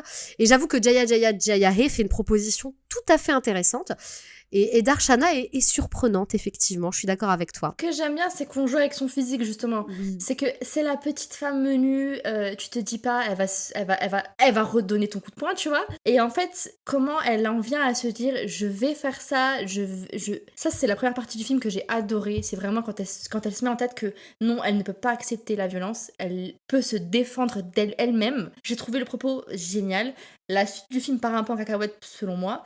Mais pour une fois, je l'ai trouvé incroyable et j'ai trouvé que sa prestation, des fois elle était dans l'humour, des fois elle était dans la sensibilité, des fois elle était dans la tristesse, dans l'énergie. Enfin, elle a géré. Franchement, elle a géré. Je suis capable, quand j'aime pas quelqu'un, de voir quand même les bons côtés des choses quand il y a une bonne prestation. Formidable. Et moi, du coup, on ne sera évidemment pas d'accord puisque c'est une actrice que tu as sacrée dans la catégorie meilleur second rôle. Moi, c'est ma meilleure actrice, enfin ma 3e place, pardon, dans la catégorie meilleure actrice. C'est Aishwarya Rai Bachchan pour Ponniyin Selvanam. La Queen est de retour, les gars. J'ai rien d'autre à dire. On a déjà assez parlé d'Aishwarya. On a déjà assez dit le bien qu'on pensait d'elle dans ce film. Et comment vous dire que dans la 2e partie, c'est encore pire. Elle est encore plus dingue. Mais on en reparlera. Mais voilà. 3e place. Je comprends tout à fait ton point de vue, mais pour moi, elle est tellement immense. Et elle va avoir tellement d'impact par la suite. Voilà. Je pense que c'est pour ça que je l'ai considérée en tant que meilleure actrice. Elle est exceptionnelle. Je ne vais pas m'énerver. Je comprends aussi. Don't worry. Be happy. Mais en tout cas, là, voilà, bon, je pense qu'on est toutes les deux d'accord, en tout cas, pour dire qu'elle est exceptionnelle dans le film. Elle est incroyable et je trouve que, encore une fois, le fait qu'on retrouve de nouveau ce potentiel chez elle et de voir dans un rôle différent, de la voir comme ça, c'est pas juste elle est belle, tu vois, c'est une présence, un charisme. Un magnétisme. Et moi, le truc qui me faisait le plus peur, c'était le doublage. Et franchement, je tiens à féliciter la nana dont j'ai oublié le nom, évidemment, qui l'a doublé, parce que j'ai vu la version tamoul, évidemment, qui est une version originale. Ça marche très très bien. Et c'est compliqué, parce qu'on connaît l'actrice, donc on connaît sa voix. C'est compliqué de regarder un film quand tu n'entends pas la voix de l'actrice en question. Et là, je trouve que c'était pointilleux, je sais pas comment dire, c'est très méticuleux, c'était très bien foutu. Elle fait corps avec Aishwarya. Ouais. J'ai l'impression qu'elles n'ont fait qu'un sur ce film. Dans mon numéro 2, revient une autre Aishwarya qui est Aishwarya Lakshmi dans Amu, qui est un film Telugu. On va pas vous refaire le résumé puisque vous avez compris, on en a déjà parlé tout à l'heure. On a la même. On a la même. On a la même. C'est ma deuxième aussi. Voilà, c'est ma deuxième. Aishwarya Lakshmi pour Amu, film Telugu disponible sur Prime Video. J'ai l'impression d'avoir suivi le début de sa carrière depuis Maya Nadi, alors que je suis sûre qu'elle a fait des choses avant, mais elle a un truc. En plus, le film est dispo sur Prime Video en VSTFR, ce qui est exceptionnel et ce qui est extrêmement rare aussi. On est content. Et elle arrive à tenir le film du début à la fin et j'ai trouvé ça remarquable. Elle est franchement extraordinaire. Je la félicite parce que c'est pas un rôle facile, elle a pas fait des choses aussi difficiles dans sa carrière, donc elle s'est lancée un défi et je trouve qu'elle a largement réussi. D'ailleurs, on va faire la transition avec la première place, puisque Aishwarya Lakshmi est productrice du film, oui. Qui a permis à l'actrice de remporter, je pense qu'on le sait, j'ai même pas besoin de regarder, de ça, voilà, la numéro 1. Tu m'interromps si je me trompe, mais la numéro 1, la meilleure actrice Grand Sud, c'est Sai Pallavi pour Gargi, qui est un film tamoul absolument incroyable. J'ai même pas les mots. Si on doit résumer, mais le film est tellement plus que ce résumé, mais voilà, si ça peut vous donner envie. En une phrase, c'est plutôt très simple. Une fille qui fait tout son possible pour défendre son père qui est accusé de viol. Voilà, sauf que le film va vous emporter sur des sillages auxquels vous ne vous attendez pas. Je pense que je n'ai jamais vu un film comme ça, et je pense que vous non plus. Vous n'avez jamais vu un film comme ça. Je pense qu'un film comme ça n'existe pas. Mais pour parler surtout de la prestation de Sai Pallavi, pareil, je pense que toi comme moi, on a suivi sa carrière depuis les débuts, depuis la grande révélation dans Premam, donc dans sa film Malayalam. Elle a tourné depuis au cinéma Telugu, au cinéma tamoul. Elle ne fait jamais de... Comment dire, elle est toujours à fond, elle se donne toujours à 100%, elle ne déçoit jamais. Et elle offre toujours quelque chose de nouveau. Et moi, c'est ce que je trouve impressionnant, c'est-à-dire qu'elle... Elle est formidable. Elle a commencé en tant que love interest, professeur dans une université, un petit rôle sympa, etc. Et puis à chaque fois qu'elle fait un nouveau film, qu'elle apparaît dans un nouveau film, elle propose quelque chose de complètement nouveau. Et je trouve que c'est rare d'avoir une actrice qui se permet comme ça de pas être dans la quantité, mais de faire que de la qualité. Et c'est magnifique. Exactement. Dans Gargi, elle est divine. C'est-à-dire que on ne peut pas... J'ai pas d'expression pour traduire tout ce qu'elle a fait dans ce film. Il y a pas de mots. Regardez le film, c'est tout. Regardez le film et admirez-la. Ça, c'est une leçon d'acting pour moi. C'est une leçon d'acting et je pense que cette prestation s'en souviendra longtemps. Oui, et c'est pour moi, clairement, comme tu disais tout à l'heure, une des meilleures prestations de ces 10 dernières années. Et je suis pas étonnée qu'elle ait remporté autant de prix parce que encore une fois, c'est une évidence. Il y a pas de débat. On a eu, c'est pour ça que je disais, je pense que c'est pour ça d'ailleurs qu'on s'entend plutôt bien pour l'instant en tout cas sur nos sélections parce que on a eu une excellente année de cinéma et surtout de prestations. On a eu d'excellentes prestations cette année au cinéma dravidien.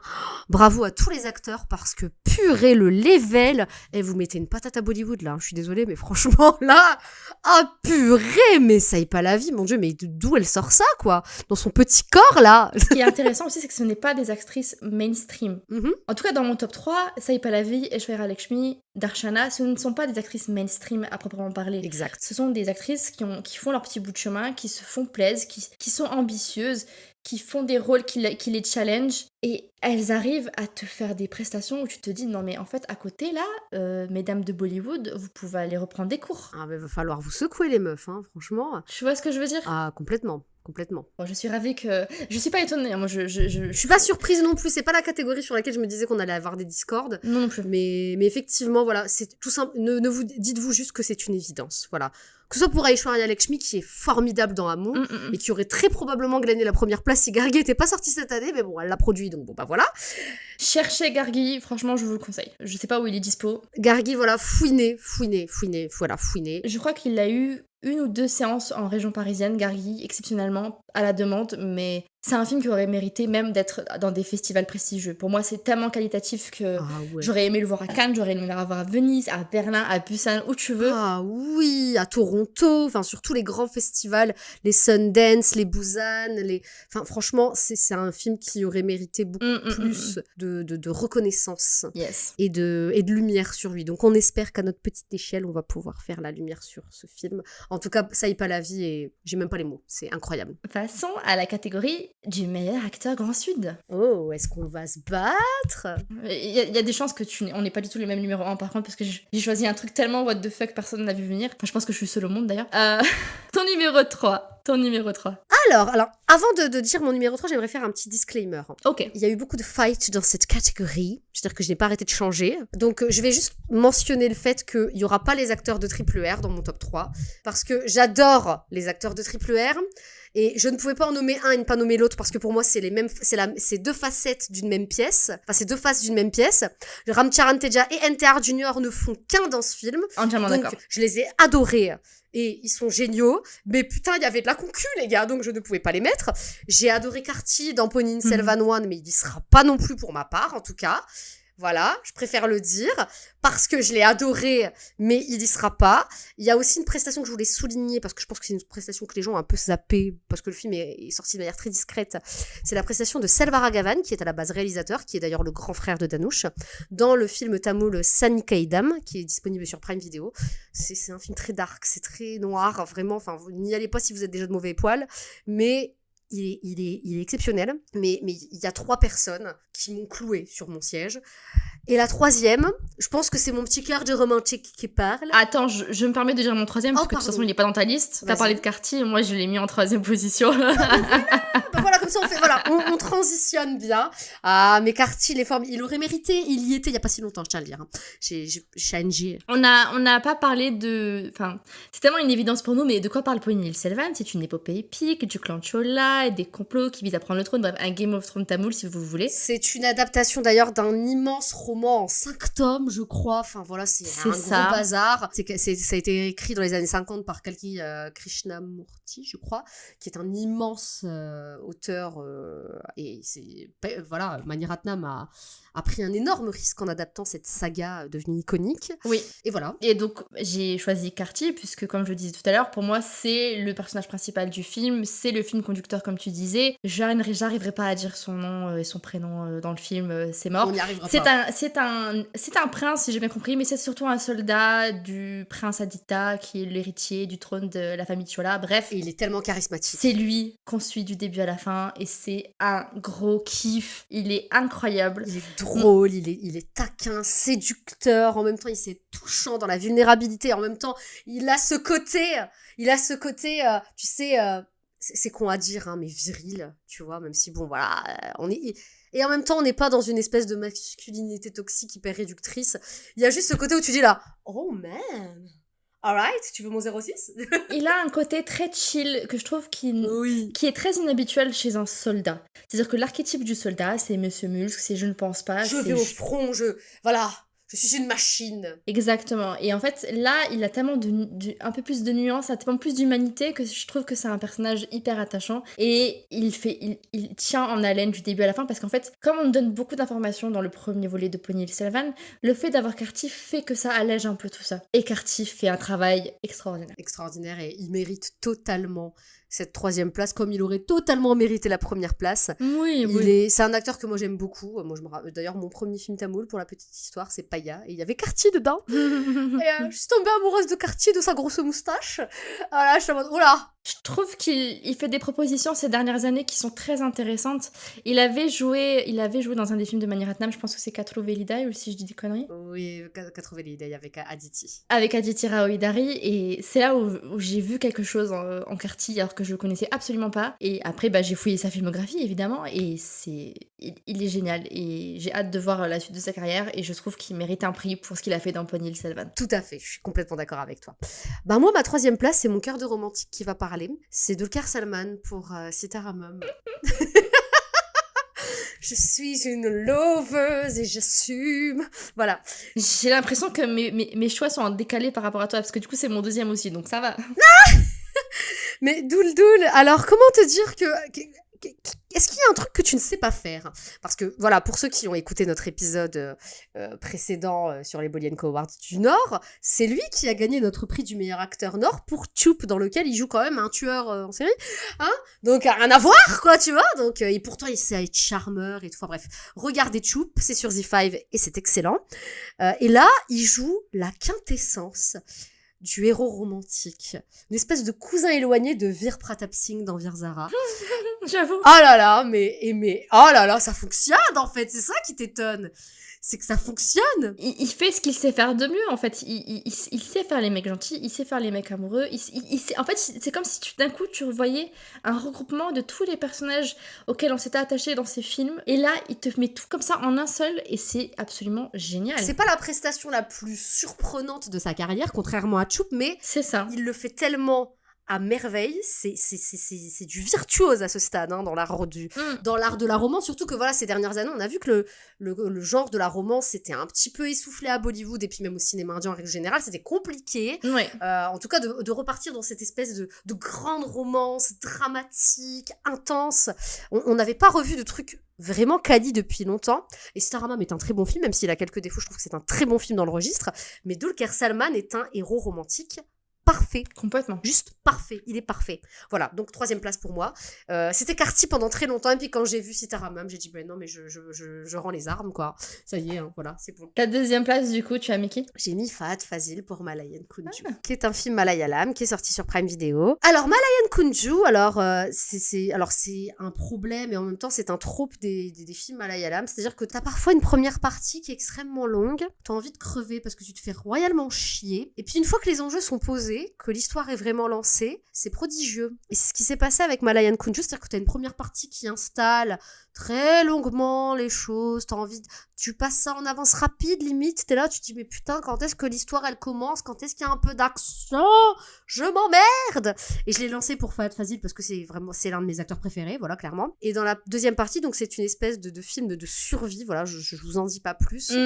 Et Fahad Fazil, de toute façon Fahad Fazil est toujours génial, mais Fahad Fazil m'a cloué, il m'a scotché, et il m'a accroché à mon siège alors que j'étais en train de m'endormir dans la première partie. Et ça a fait la même chose qu'avec Prithviraj pour Janaganamana, même si voilà, Malayan Kunju est un tout petit peu moins efficace, mais il y a eu ce même côté où je me suis dit, mais heureusement que j'ai tenu parce que la 2e partie est ouf, et Fahad Fazil te tient en fait. Il te tient, c'est une prestation viscérale, c'est une prestation physique.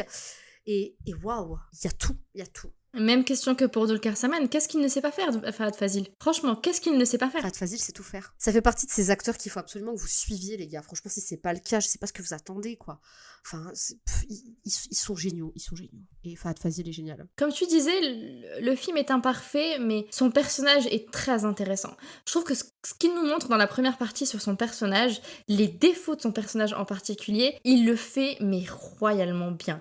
T'as l'impression, tu vois, que c'est ton voisin chiant, là, qui est complètement introverti, qui dans sa bulle, qui ne veut pas que les gens soient autour de lui, tu vois, genre vraiment le mec asocial. Et quand d'un coup on passe à la survie, il y a autre chose qui est révélée dans ce personnage, et je trouve que ce propos-là, il est très intéressant dans le film. Et moi, c'est ce qui m'a fait kiffer dans le film. Et Fahad Fazil est l'une des raisons majeures pour lesquelles j'ai aimé le film. Mais malheureusement, je l'ai pas mis, j'ai hésité, mais je l'ai pas mis.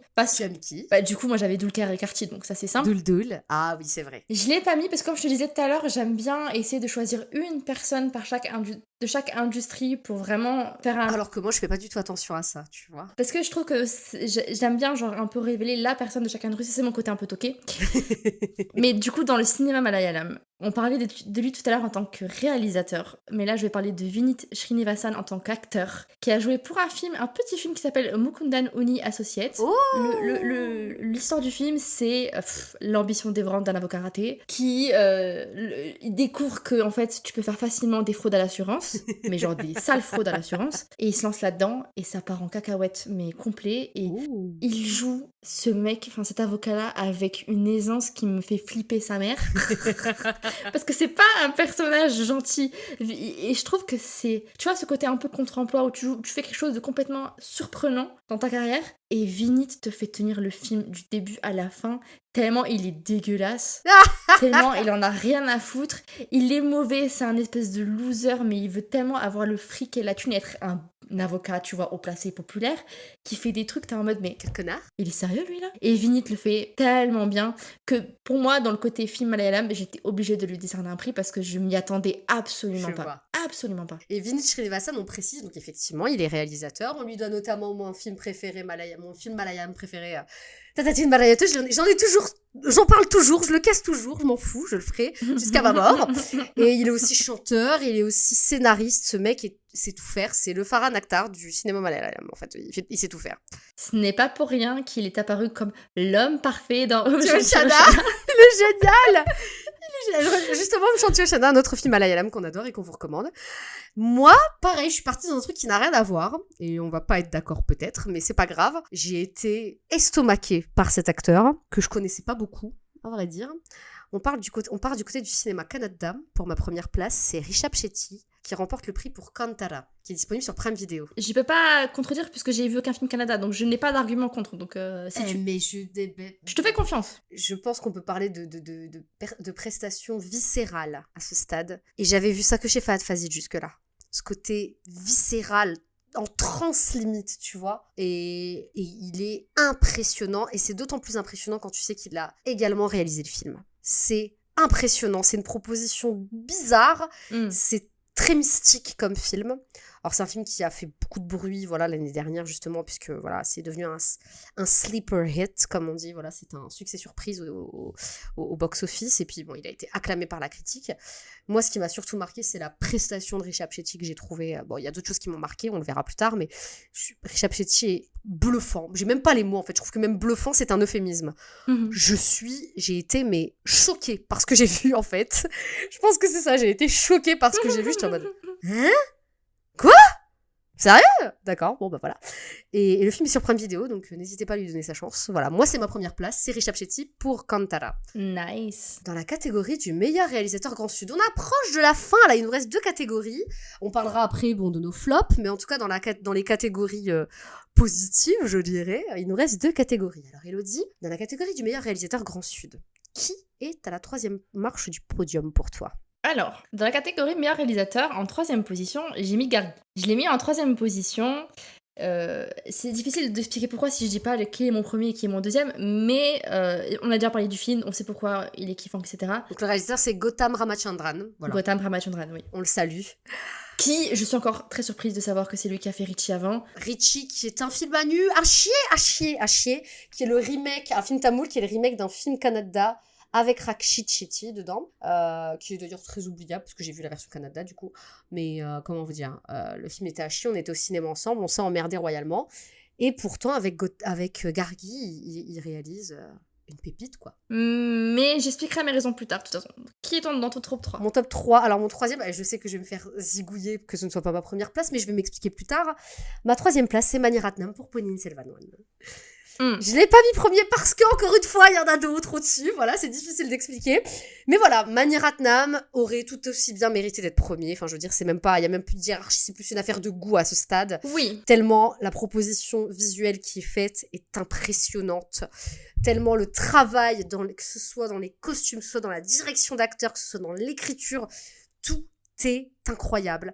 Et vraiment, Mani Ratnam, pour moi, le grand Mani Ratnam est de retour avec ce film. Parce que voilà, il y a eu des petits égarements, des films un peu inégaux, des propositions intéressantes, parce que ça reste un grand cinéaste, mais des films où j'étais moins dedans. Et là, avec Ponniyin Selvan, il m'a dit, bon, tu sais, tu veux savoir ce que je sais faire? Regarde. Et voilà. Et j'ai été scotchée, et en plus j'ai eu le privilège de le voir au cinéma. Oui. On remercie United Film de nous l'avoir proposé en salle. Il est sur Prime Video, voilà, on l'a déjà dit, mais on le redit parce que c'est un grand film et il faut absolument que vous le voyez si c'est pas déjà fait. Voilà, donc ma 3e place, c'est Mani Ratnam. En fait, moi, il est à ma 2e place parce qu'il aurait pu être à la première place. Encore une fois, c'est une masterclass. Mani Ratnam, comme tu dis, c'est son grand retour. C'est tellement maîtrisé. Si tu sens le savoir-faire, tu sens la patte Mani Ratnam. Mais la raison pour laquelle il n'est pas premier, c'est parce que ça reste un film très introductif. Oui. Et comme c'est une première partie, genre c'est un truc qui arrive souvent, quand il y a 2 parties, il y a plus de chances que je consacre la deuxième partie comme meilleure réalisation que la première, puisque la première est très introductive. C'est ce qui s'était passé avec Bahubali. Exactement. D'ailleurs. Le premier Bahubali était intéressant, mais vu qu'il était très introductif, c'est vrai que la première partie était un peu moins digeste. La deuxième partie était beaucoup plus efficace, par exemple. Mais s'il n'y avait pas eu ce premier film, j'aurais certainement déjà attribué le prix du meilleur réalisateur à Mani Ratnam dès le début. Qui est dans ton top 2 ? Enfin, dans ton numéro 2 ? Mon numéro 2, c'est SS Rajamouli pour Triple R. parce que je me suis éclatée. Je l'ai revu, je me suis re-éclatée, et je l'ai re-revu, et je me suis re-éclatée.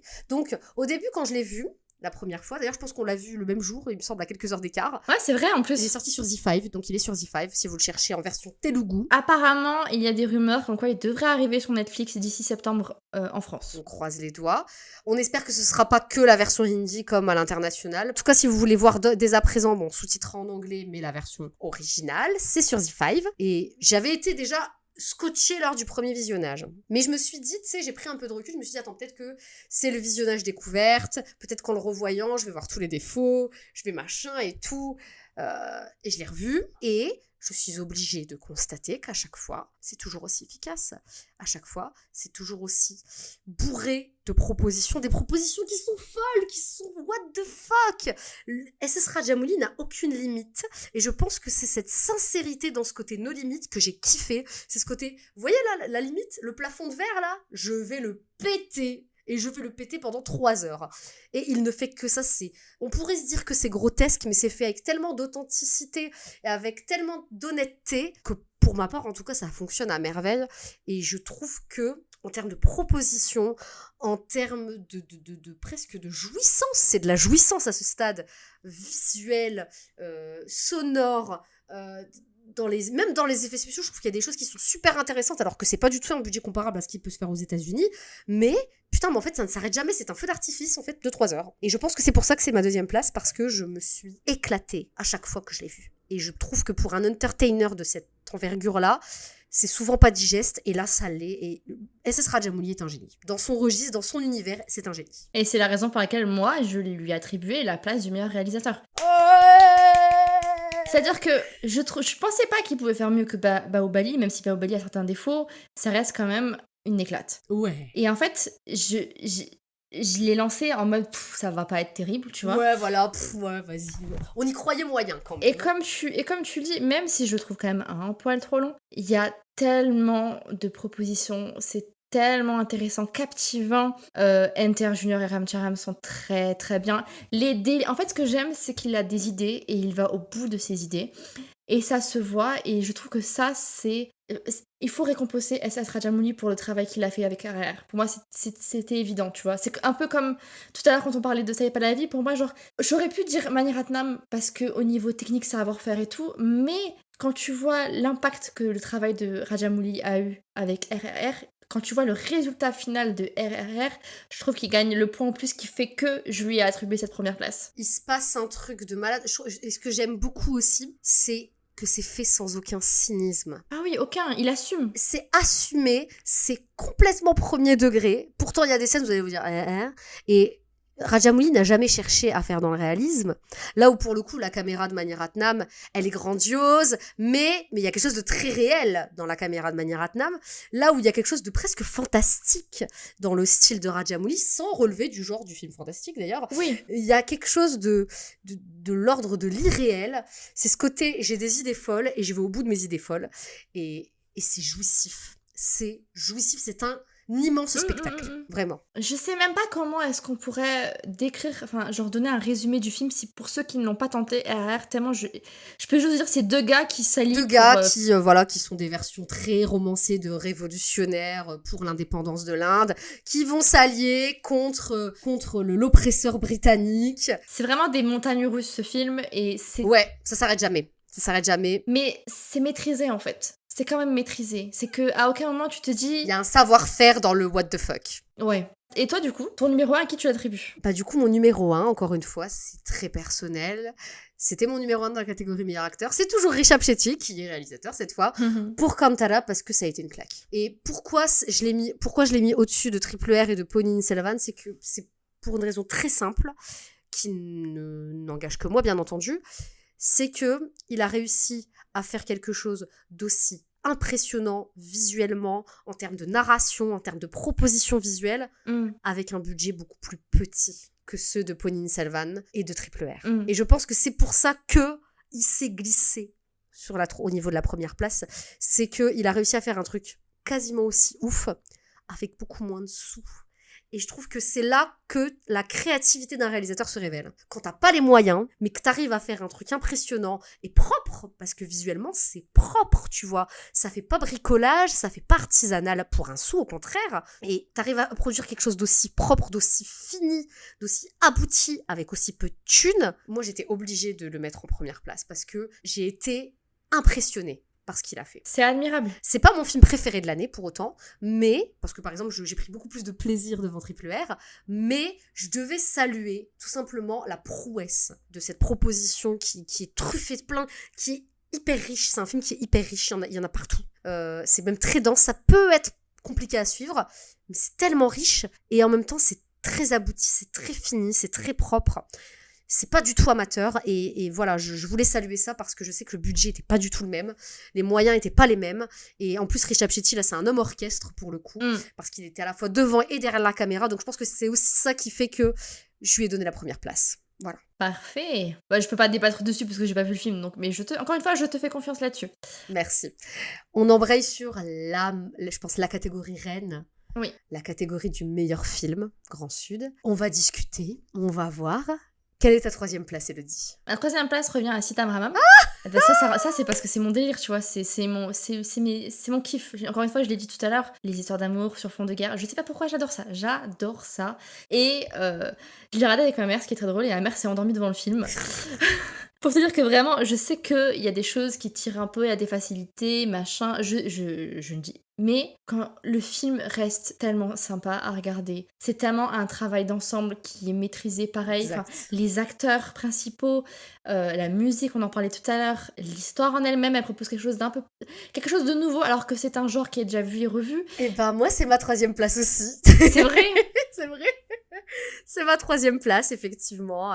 Sita Ramam, pour le plaisir qu'il m'a procuré, pour l'émotion palpable, pour ce côté entier dans la romance mélodramatique. C'est ça, c'est entier. C'est entier, et puis voilà, je trouve que Dulquer Salman et Mronal Thakur fonctionnent à merveille à l'écran. Voilà, j'ai pris beaucoup de plaisir. Ta 2e place, Elodie? Ma 2e place revient encore à un film Telugu, parce que ça revient par contre à ce que je disais au tout début du podcast, c'est que moi qui l'habitude adore les films malayalam, je n'ai pas eu de coup de cœur au cinéma malayalam. Donc dans mon top 3, il n'y a pas de film malayalam. Moi non plus. Il n'y en a pas. Moi non plus. Mais par contre, cinéma Telugu, j'en ai eu 2, et donc le 2e, c'est RRR. Moi aussi. T'es sérieuse? Je suis sérieuse. Parce que voilà, on peut pas nier tout le travail qui a été fait ensemble. Tout à l'heure, je disais, voilà, Rajamouli pour la réalisation, je suis obligée de le récompenser, mais l'impact de ce film à l'international, et le jeu des acteurs, la musique, la caméra, la cinématographie, les VFX, tout. On a tous dansé sur Natou Natou. Oui. On a tous été éblouis par les séquences. C'est incroyable. Donc 2e place totalement méritée. Ça fait partie des meilleurs films de l'année. Mais c'est pas le meilleur film de l'année pour moi, puisque le meilleur film de l'année, c'est comme tout à l'heure avec la meilleure actrice, c'est Gargi de Gautam Ramachandran. Oui. C'est pour moi le meilleur film de l'année. C'est une claque. C'est un film qui propose beaucoup il pose beaucoup de questions et beaucoup de débats, mais exact. Que n'importe qui peut avoir à n'importe quel moment de sa vie, et ça met en lumière tellement de choses, notamment dans la société indienne. Tout à fait. Mais ça peut être tellement généralisé et universel que n'importe qui dans le monde qui regarde ce film va comprendre. Ça te prend aux tripes, tu vois, va être saisi. C'est ça. Et je pense que pour moi, c'est le meilleur film du cinéma indien de 2022. Complètement. Globalement, on parle tout à l'heure de la prestation de Sai Pallavi, mais le film en lui-même, c'est-à-dire que même quand j'y repense, je ne lui vois aucun défaut. Bon, et bien du coup, voilà, maintenant qu'on vous a révélé le meilleur du cinéma dravidien de l'année 2022, Pourquoi on parlerait pas du pire, Elodie? Voilà, sous le ton de l'humour, bien entendu. Et cette fois, j'ai fait une liste. Ah, c'est bien, Kiwi. Parce que j'avoue, la dernière fois, je pense que j'étais un peu prise de court. Donc là, on a 3 catégories qui sont plutôt là pour qu'on se marre bien. Voilà, on n'est pas là pour être méchante, mais il faut quand même qu'on parle de ces visionnages traumatiques. Voilà, on a fait des visionnages assez traumatiques quand même. Oui. Donc, on a 3 catégories. Donc, on a les pires films, on a les déceptions et on a les prestations les plus affligeantes. Voilà. Donc, bon, bah, on en a mis autant qu'on voulait. Il y en a eu qui en ont mis 2, il y en a qui en ont mis 3, il y en a qui en ont mis 1. Voilà. Donc, Elodie, pire film de l'année. Pire film de l'année selon les industries, parce que vous avez compris, depuis le début, je suis toquée. À Tollywood, donc le cinéma Telugu, le pire film de l'année, selon moi, c'est Yashoda. Yashoda, avec Samantha Ruth Prabhu, disponible sur Prime Video. Ah, il était nul! Pour résumer, c'est une femme enceinte qui se retrouve dans un centre médical qui ressemble plus à une prison qu'autre chose. Et il va se passer des choses. Je vais pas vous spoiler, même si en vrai, tout se devine à l'avance. C'était, mais cheap. Moi, je m'attends. Quand ils ont sorti les infos sur ce film, la bande-annonce. Non, pas encore la bande-annonce, genre le poster, genre les petites vidéos teaser où tu vois quelques secondes et tout. Je me suis dit, ah putain, un film woman-centric avec Samantha, pourquoi pas? En plus, qui a l'air de parler d'un sujet sensible, où elle a l'air de se battre, ou je sais pas quoi, tu vois, ça doit être un truc assez fort. On a envie d'y croire, hein. Après, j'ai vu la bande-annonce, je me suis dit, bon, est-ce que je me fie à la bande-annonce et à mon instinct? J'aurais dû me fier à la bande-annonce et à mon instinct. Quand on regarde le film, c'est tellement mal foutu. Que ce soit l'histoire, l'acting, la réalisation. Encore une fois, le seul mot que j'ai pour décrire ce film, c'est cheap. Ah, c'est catastrophique. Bah écoute, moi au cinéma Telugu, j'en ai 2. Parce que j'en avais choisi 3. Vas-y. Le premier, c'est cette grosse blague qui est Liger, parce qu'il s'agirait de mettre fin à l'arnaque qu'est Vijay Deverakonda, parce que ça commence à me saouler là. Alors, faut savoir que le film est une sortie à la fois en Telugu et en Hindi. Il est produit par Karan Johar. Est-ce qu'on est vraiment surpris? Moi, je pense vraiment qu'il a essayé de le saboter. Hein. Et le film est nul. Alors, à ma grande surprise, on s'attendait tellement à un chef-d'œuvre. Il y a Mike Tyson qui fait une apparition bizarre. Je sais même pas pourquoi il est là. Je pense qu'il a touché un gros chèque. Je comprends pas pourquoi ce film existe. Je comprends pas, voilà, tout simplement. Et il faut arrêter de me vendre Vijay Deverakonda comme un bon acteur. Non, voilà, j'ai rien d'autre à dire. Le deuxième film. Et le deuxième film Telugu, Radheshayam, parce que je commence à penser sérieusement que Bahubali était l'exception de la carrière de Prabhas et non l'inverse. Voilà, je pense que t'as tout dit. Ça commence à bien faire. Voilà. Arrête de nous arnaquer, cousin. Il y a Adi Rouge qui est sorti en plus si vous voulez souffrir. Est-ce qu'on a envie de souffrir? Non, je ne crois pas. Non. Je ne crois pas. Non. Voilà. Du coup, dans les autres industries, Elodie, dis-moi. Alors, cinéma Malayalam, le film que j'ai trouvé le pire film de l'année, et je pense que là, le Kerala va me tuer, c'est Talumala.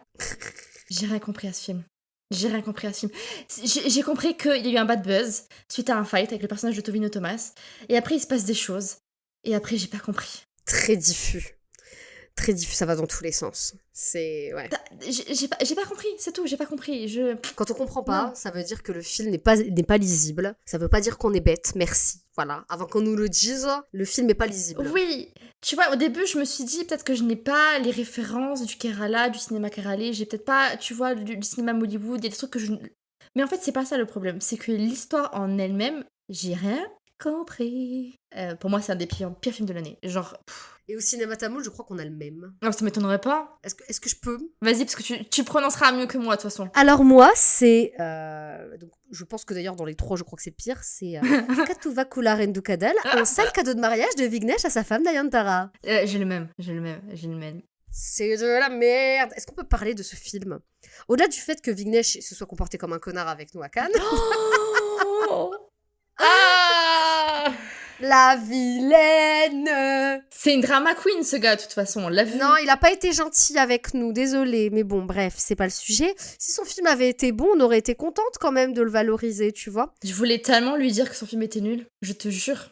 Mais ça va pas, ça fonctionne pas, c'est pas bon. Pour résumer, c'est un gars qui veut 2 nanas et qui sait pas comment faire pour choisir, donc il fait quoi? Il fait une émission? Non, c'était ça le truc? Ouais. Un truc à la con comme ça, là? Puis... Et c'est misogyne au possible à tellement de points de vue.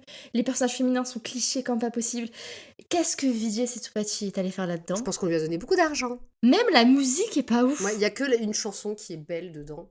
qui est interprété par Annie Rood en piano-voix, Mais oui. mais qui en plus n'a aucun intérêt dans l'histoire. Donc en vrai, écoutez la chanson et puis c'est tout, passez à autre chose.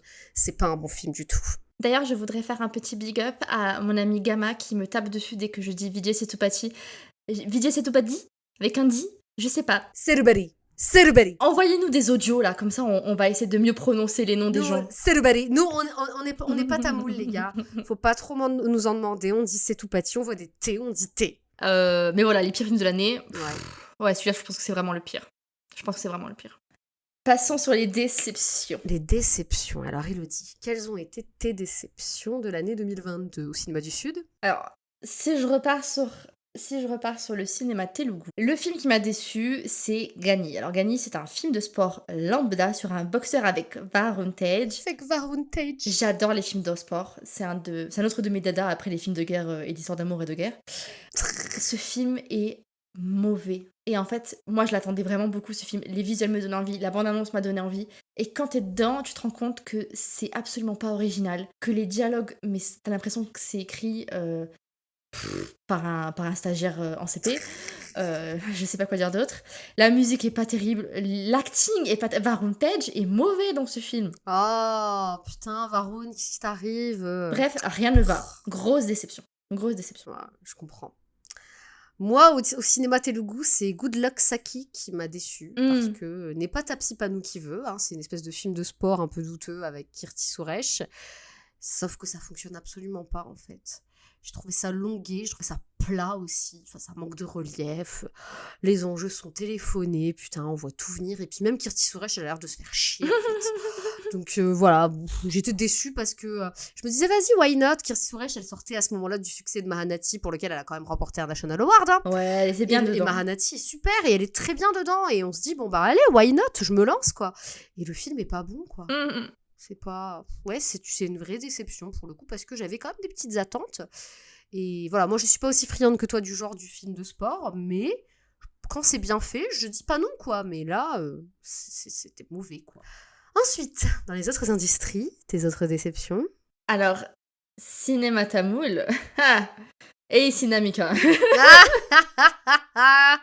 l'ai pas mis, mais j'aurais pu, franchement. Quelle merde. Pareil, un autre film que j'ai vu au cinéma, mais quelle merde, pardon, je suis désolée pour le mot, mais c'est d'un nul. C'est décevant parce que quand t'as un casting pareil, t'as Dulquer Salman, t'as Aditi Rao Hidari. Le pitch de ce film est malaisant, je suis désolée. Une meuf qui est en couple avec un gars qui est Dulquer Salman au passage, désolée. Son seul défaut, c'est qu'il parle beaucoup. Son seul défaut, c'est ça. Il parle trop. Elle en peut plus.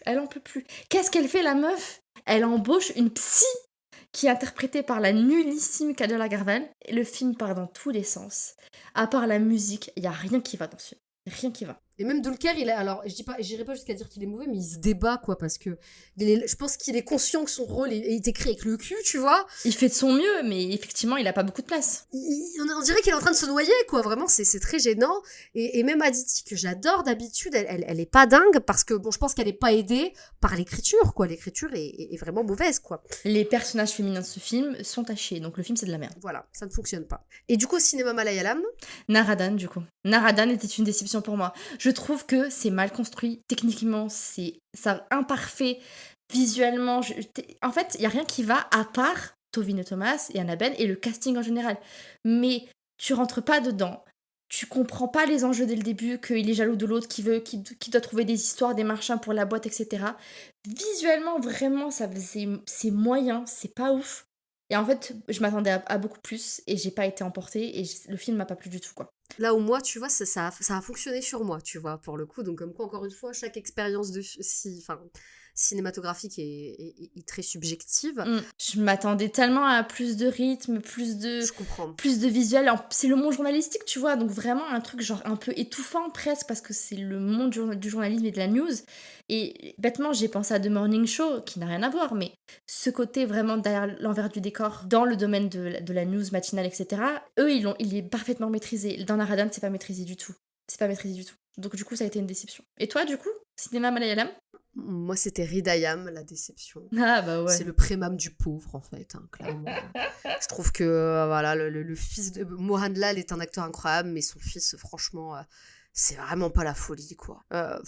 Conclusion, allez voir Prémam. Ah, regardez Prémam. La version originale, pas la version Telugu avec Naga Chaitanya, s'il vous plaît, non. Ne pas avec le moche. Pas avec le moche, on regarde avec le beau Nivin Pauly. La version de 2015, avec Sai Pallavi notamment aussi. Mais ouais, non, Hridayam, pourtant c'est réalisé par Vinit, que j'aime beaucoup, qui a réalisé, je ne le citerai jamais assez, Tatati Marayate, mais qui a fait d'autres films derrière. Il a fait Jacobin de Swargarajam, qui est vraiment pas mal dans le registre du drame familial. Mais là, ça fonctionne pas, quoi. Je pense que c'est surtout le casting qui fait que ça fonctionne pas, parce que la réalisation est pas inintéressante, ça manque de rythme quand même, mais j'aurais pu être emportée avec un casting qui me vend le truc, mais là, ça a pas été le cas, quoi. Darshana est mauvaise aussi dedans. Darshana est pas bonne, hein. Il y a que Kalyani Priyadarshan qui se démerde. Elle est pas incroyable, mais elle se démerde parce qu'elle a un côté pétillant, mignonne et tout. Mais ça suffit pas. Ça suffit pas. Voilà. Donc, déception. Déception pour moi. Parlons des prestations les plus affligeantes, comme ça le podcast va pas durer 3 heures. Voilà, parce que j'en ai mis que 2, moi, comme ça c'est réglé. Je te laisse commencer, moi j'en ai qu'une, mais ça englobe plein de choses, donc... Moi, j'ai carrément écrit des phrases, là. Vas-y. Alors déjà, il y a Roshan Matthew dans Night Drive, qui est un film malayalam. J'ai marqué Tiger Shroff, sors du corps de Roshan, s'il te plaît, tu t'es trompé en plus, c'est pas Ritik. Voilà. Vraiment, mais alors, Roshan Matthew est un acteur que j'aime beaucoup, que j'avais découvert à l'époque dans Coudé, qui était magistral dans des films comme... qui était très bon dans Coudé, qui était magistral dans Mutton. Au cinéma indie, vous l'avez probablement vu dans Darlings. C'est un rôle secondaire, mais il est très bien et très mignon dedans. Et en règle générale, il est plutôt très bon. Moi, dernièrement, je l'ai vu dans Doomam, qui est un film moyen, mais dans lequel il joue un parfait salopard. Enfin, voilà. Mais là, my God, en fait, j'ai l'impression qu'il veut... comment dirais-je ? J'ai l'impression qu'il veut jouer le héros de Masala, cliché, réducteur... Et du coup, il le cabotine tellement que ça sonne faux. Après, le film est mauvais en soi, donc c'est mal écrit aussi. Donc, il n'est pas aidé, mais il est pas bon. Et même Anna Ben dedans aussi. Ben voilà, même si je l'avais pas mise, mais Anna Ben n'est pas bonne dedans. Anna Ben, elle est vide. Ouais. J'ai l'impression qu'elle est là. On lui a dit, tu vois les mannequins dans les vitrines, les mannequins qui bougent, tu fais ça. Tu bouges pas. Tu es inexpressive. Alors qu'elle est pas du tout comme ça de base. Bref, le film est pas bon et Roshan est mauvais dans le film. Et c'est une surprise parce que c'est un acteur que j'aime beaucoup de base. Autre prestation affligeante ? Bon, là, c'est plutôt dans ses habitudes. Donc, j'ai marqué Shiva Karthikeyan pour Prince et pour l'ensemble de son œuvre. Pôle emploi, c'est par là. Alors, tous les fans de Shiva Karthikeyan vont me sauter dessus parce que je sais que c'est un acteur qui est très apprécié au cinéma tamoul. Mais moi, j'y arrive pas, les gars. Je suis désolée. Expliquez-moi ce que vous lui trouvez. Je trouve que ce mec joue avec les pieds. C'est pas possible. Il y a pas d'émotion. Il récite son texte comme un enfant de 5 ans.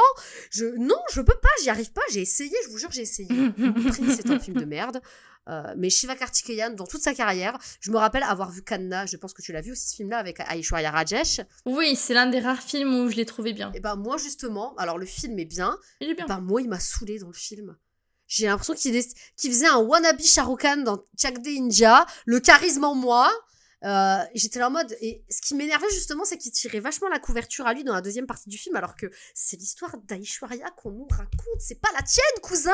Ah, je sais pas. J'ai pas eu le même retour, mais je m'en souviens plus beaucoup. Ah, il m'a saoulé. Moi, je crois que c'est à ce moment-là que j'ai su que j'allais pas l'aimer, ce mec-là. J'ai dit, toi, tu me saoules, toi tu m'énerves.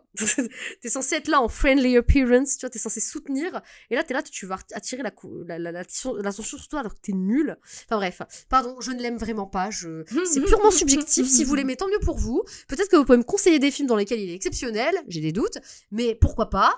Moi, j'y arrive pas, voilà, c'est physique. Elodie.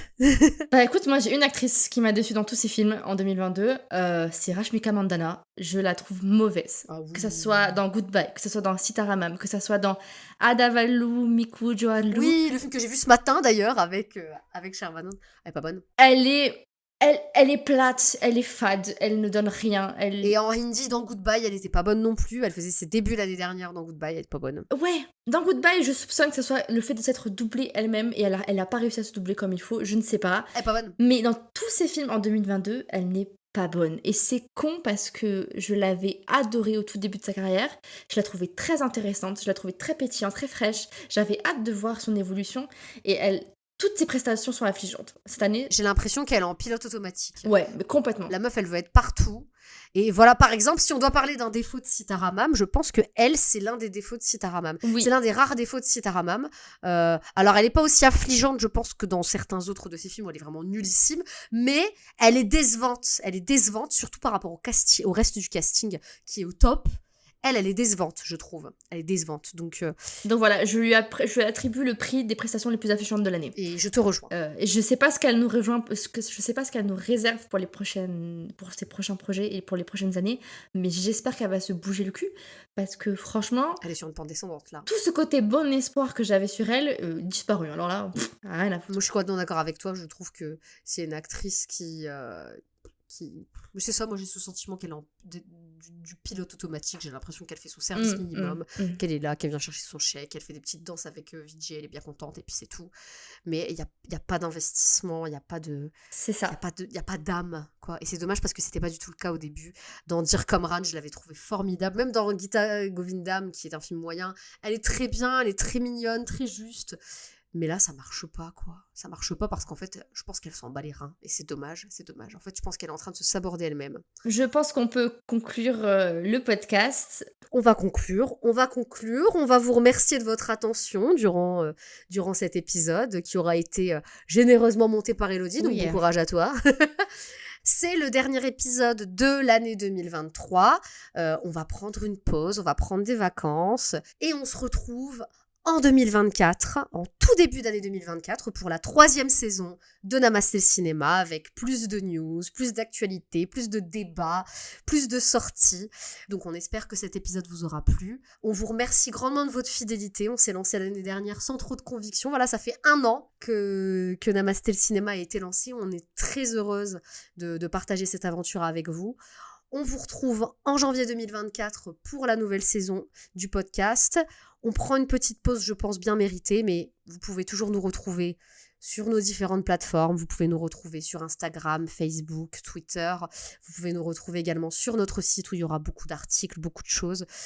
On vous réserve de belles surprises et on vous embrasse. Je sais pas, Elodie, si tu voulais dire quelque chose à nos auditeurs. Je pense que tu as déjà tout dit. Je sais pas trop quoi rajouter en plus, si ce n'est évidemment merci de nous avoir suivis dans cette aventure, d'avoir été à nos côtés, d'avoir survécu à tous nos épisodes. 50 épisodes quand même, c'est beaucoup. Donc félicitations si vous êtes arrivés jusqu'ici.